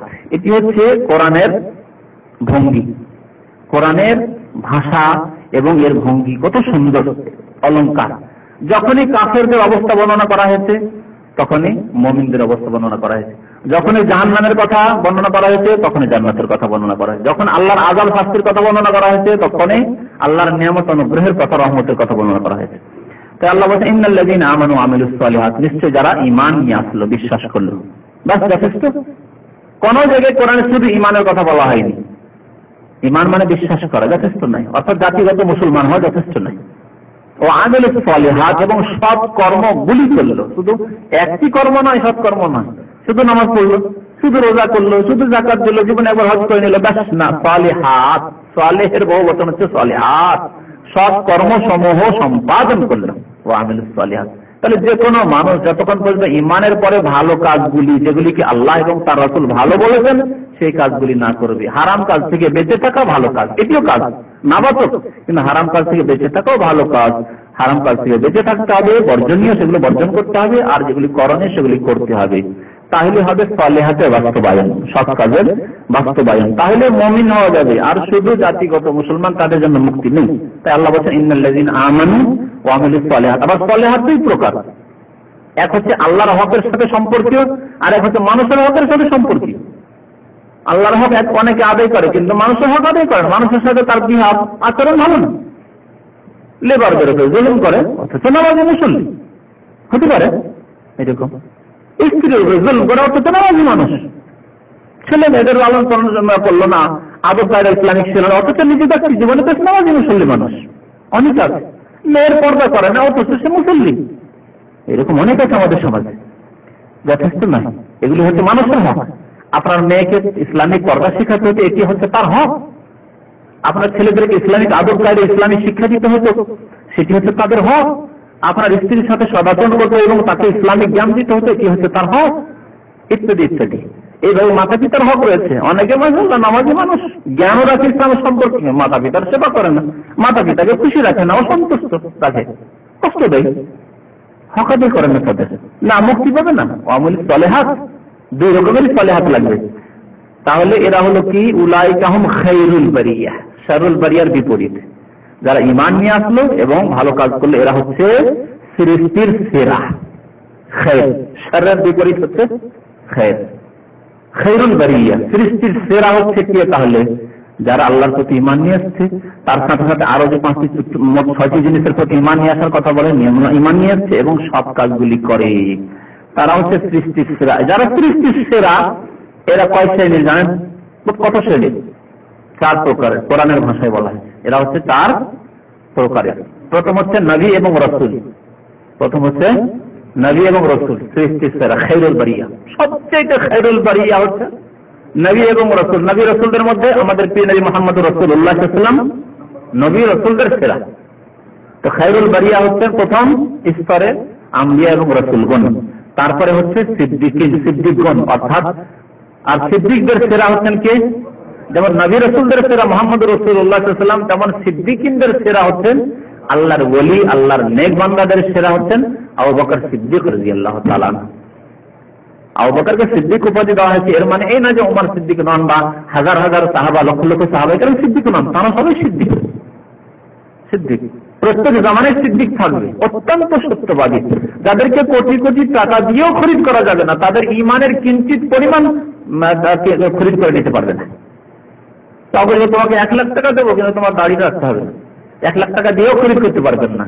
কিন্তু আরেকজন দেখো তোমার 500 রিয়াল বেতন 500 রিয়াল বা 300 রিয়াল, কিন্তু দাড়ি রাখা চলবে না, তো ওকে ওকে অসুবিধা নেই, 300 রিয়াল অনেক, ঠিক না? এইরকম লোক আছে। তাহলে একটা উদাহরণ দিয়ে বললাম, এইরকম দিনের অনেক ক্ষেত্রে, ঠিক আছে, তুমি জামাতে নামাজ পড়তে যেতে পারবে না, আজীবন ওই চাকরি করে যাচ্ছেন, কি করবো, জামাতে নামাজ পড়তে পারছেন, আজীবন আপনি ওই হাল্লাকের কাজ করছেন, বারবার শপে কত লোকের দাড়ি আপনি মুছে মুছে দিচ্ছেন, নিজে তো গুনাহ করছেন আর অনেককে গুনাহ করাচ্ছেন, আর তাদের জন্য গুনার পথ খুলে দিচ্ছেন। সিগারেট বিক্রি করছেন, বাকালাই চলবে না সিগারেট না বিক্রি করলে, বাকালাই চলবে না সিগারেট না বিক্রি করলে। এই যে আপনি হিসাব করে দেখেন যে কত টাকার মান্থলি আপনার সিগারেট বিক্রি হচ্ছে, তারপরে দেখলেন 1000 রিয়াল, না 1000 রিয়াল অনেক, মাসে 1000 রিয়াল হচ্ছে কম কথা, একজন লেবারের বা আমার বেতনটা উঠে আসবে, ছাড়া যাবে না, ছাড়তে পারলেন না। কিন্তু আল্লাহ যাদেরকে তাকওয়া দান করেছেন ছেড়ে দিয়েছে। এখানে দাম্মামে বেশ কিছু আপনার সুপার মার্কেট আছে, সিগারেট বিক্রি হয় না, অনেকে জানেন না, তার মধ্যে একটি কাছে আছে বলে দিচ্ছি আপনাদেরকে। এবং প্রত্যেক মুসলিম দিনদারের উচিত যে এই সব দোকানের সাথে আদান প্রদান করবে, এইসব দোকান থেকে ক্রয় করবে যারা দিনদার পরিষ্কার মানুষ, আল্লাহর ভয় শুধু সিগারেট রাখে না, কত লোক সেখান থেকে সিগারেট কিনতে পারে। এই যে বিজিম্যান রয়েছে, এই যে জামা মসজিদের কাছে যে বিজিম্যান সেন্টার রয়েছে, সিগারেট খুঁজে দেখে পাবেন না। তারপরে বারবার শপের যত মানে যন্ত্রপাতি আছে, খুল বা ব্লেড বা এই ধরনের যেগুলো জিনিস, সেগুলি পাবেন না তাদের কাছে। সাবান পাবেন না, বিশেষ সাবান তারা ব্যবহার করে, তাই না? বিশেষ সাবান বারবার শপে ব্যবহার হয় নাপিতদের কাছে, ওই সাবান পাবেন না সেখানে। এই খবরটি কিছুদিন আগে আমি জানলাম এবং খুব খুশি হলাম। আরো বেশ কিছু এরকম সুপার মার্কেট রয়েছে।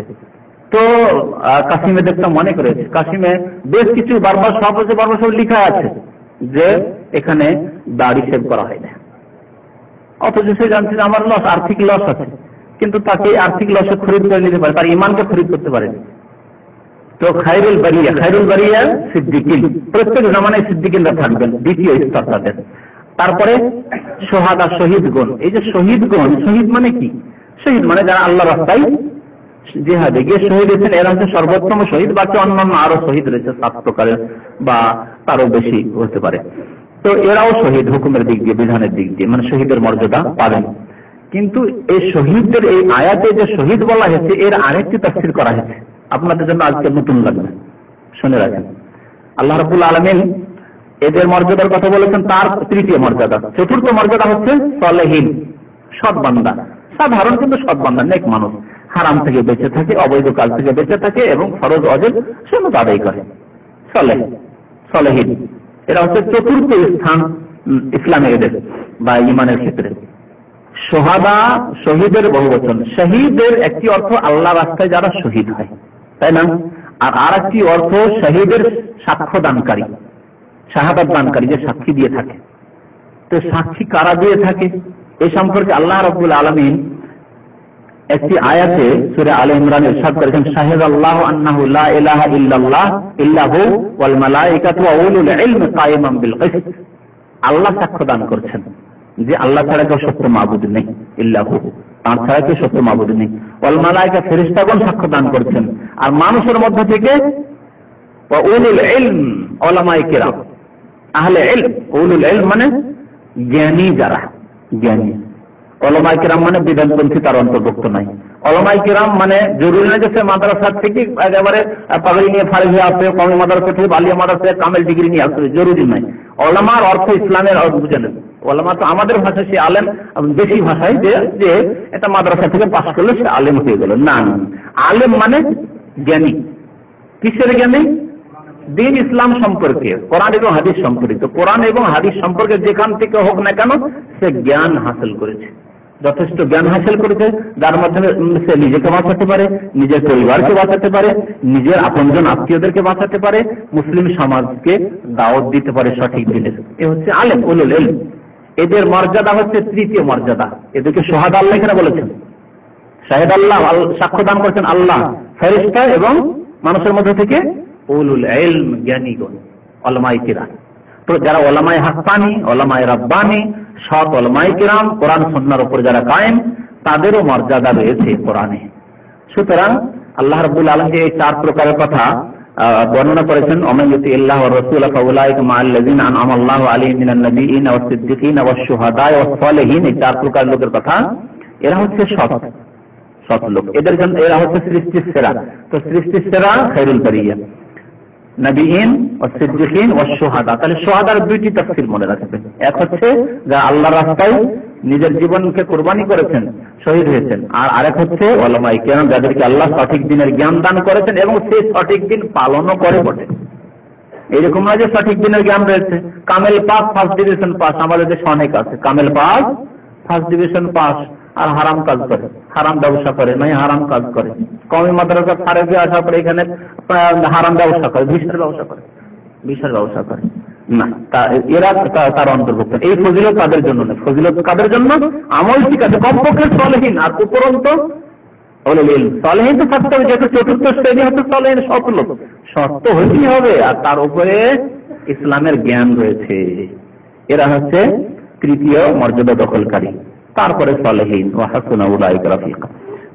তারপর আল্লাহ রাব্বুল আলামিন বলেছেন জাযাউহুম, এদের প্রতিদান, আল্লাহ প্রতিদান দেবেন তাদেরকে, ইনদা রাব্বিহিম, তাদের পালনকর্তার নিকট, জান্নাতু আদনিন, স্থায়ী জান্নাত। আদান মানে স্থায়ী। আমাদের দেশে মানুষরা জানে যে আদান একটি জান্নাতের নাম। আদান মানে আসলে স্থায়ী, মানে এমন জান্নাতে যাবে সেখানে স্থায়ী ভাবে থাকবে। জান্নাতু আদনিন তাজরি মিন তাহতিহাল আনহার, সেই বাগান সমূহ বা সেই জান্নাতের নিম্ন দেশে নহর সমূহ বা ঝর্ণা সমূহ প্রবাহিত হবে। খালিদিনা ফিহা, সেখানে চিরকাল থাকবে। আনহার আল্লাহ বলেছেন, নহরের বহুবচন, নদী সমূহ বা নহর সমূহ বা ঝর্ণা সমূহ। এই ঝর্ণা বা নদী কয় রকমের নদী হবে? 4 রকমের নদী হবে। আল্লাহ রাব্বুল আলামিন কোরআনে তা বর্ণনা করেছেন। কিসের নদী হবে? পানির নদী হবে, আর মধুর নদী হবে, দুধের নদী হবে, আর শরাবের নদী হবে। কিন্তু সেই শরাবে মাতলামি হবে না। যে শরাব দুনিয়াতে এই হারাম শরাব খেয়ে মাতলামি করে, মস্তিষ্কের বিকৃতি ঘটে, বিবেক হারিয়ে ফেলে, তা হবে না। যে স্বাদ, নাম এবং স্বাদ, নাম এবং স্বাদ।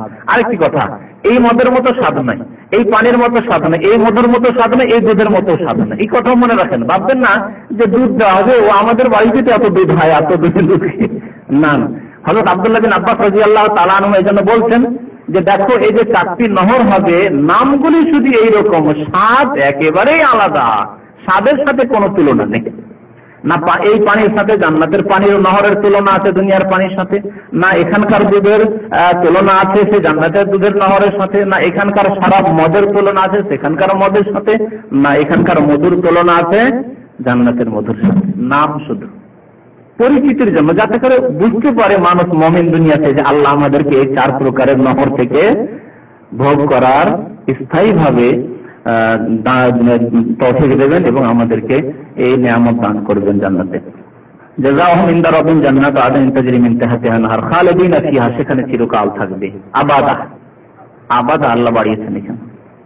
কি জন্য বলেন? এই জন্য নয় যে কাফেররা কোনোদিন জাহান্নাম থেকে ফিরে চলে আসবে, এই জন্য খালিদিনা শুধু বলা হয়েছে না। আবাদা এই জন্য বলা হয়েছে, দেখো মুমিন চিন্তা করবে না, মুমিন দুশ্চিন্তায় থাকতে পারে যে কি জানি হতেও পারে যে কোনো একদিন জান্নাত থেকে আবার বেরোতে হতে পারে। না না না, আবাদা চিরকাল থাকবে। খালিদিনা মানে চিরকাল, আবাদা মানে সর্বদাই। মরকে শেষ করে তো আর মরবেও না। পৃথিবীতে যতই পয়সা আলা হন না কেন একদিন মরে গিয়ে সব ছেড়ে খালি হাতে চলে যেতে হবে, এমনটাও হবে না জান্নাতে গিয়ে। তাই আল্লাহ বলছেন আবাদা খালিদিন ফিহা, রাদিয়াল্লাহু আনহুম, আল্লাহ তাদের উপর সন্তুষ্ট হয়ে যাবেন, ওয়া রাদু আনহু, এবং তারা আল্লাহর উপর সন্তুষ্ট হয়ে যাবে। যালিকা লিমান খাশিয়া রাব্বা, এই নিয়ামত কাদের জন্য? জান্নাত কার জন্য?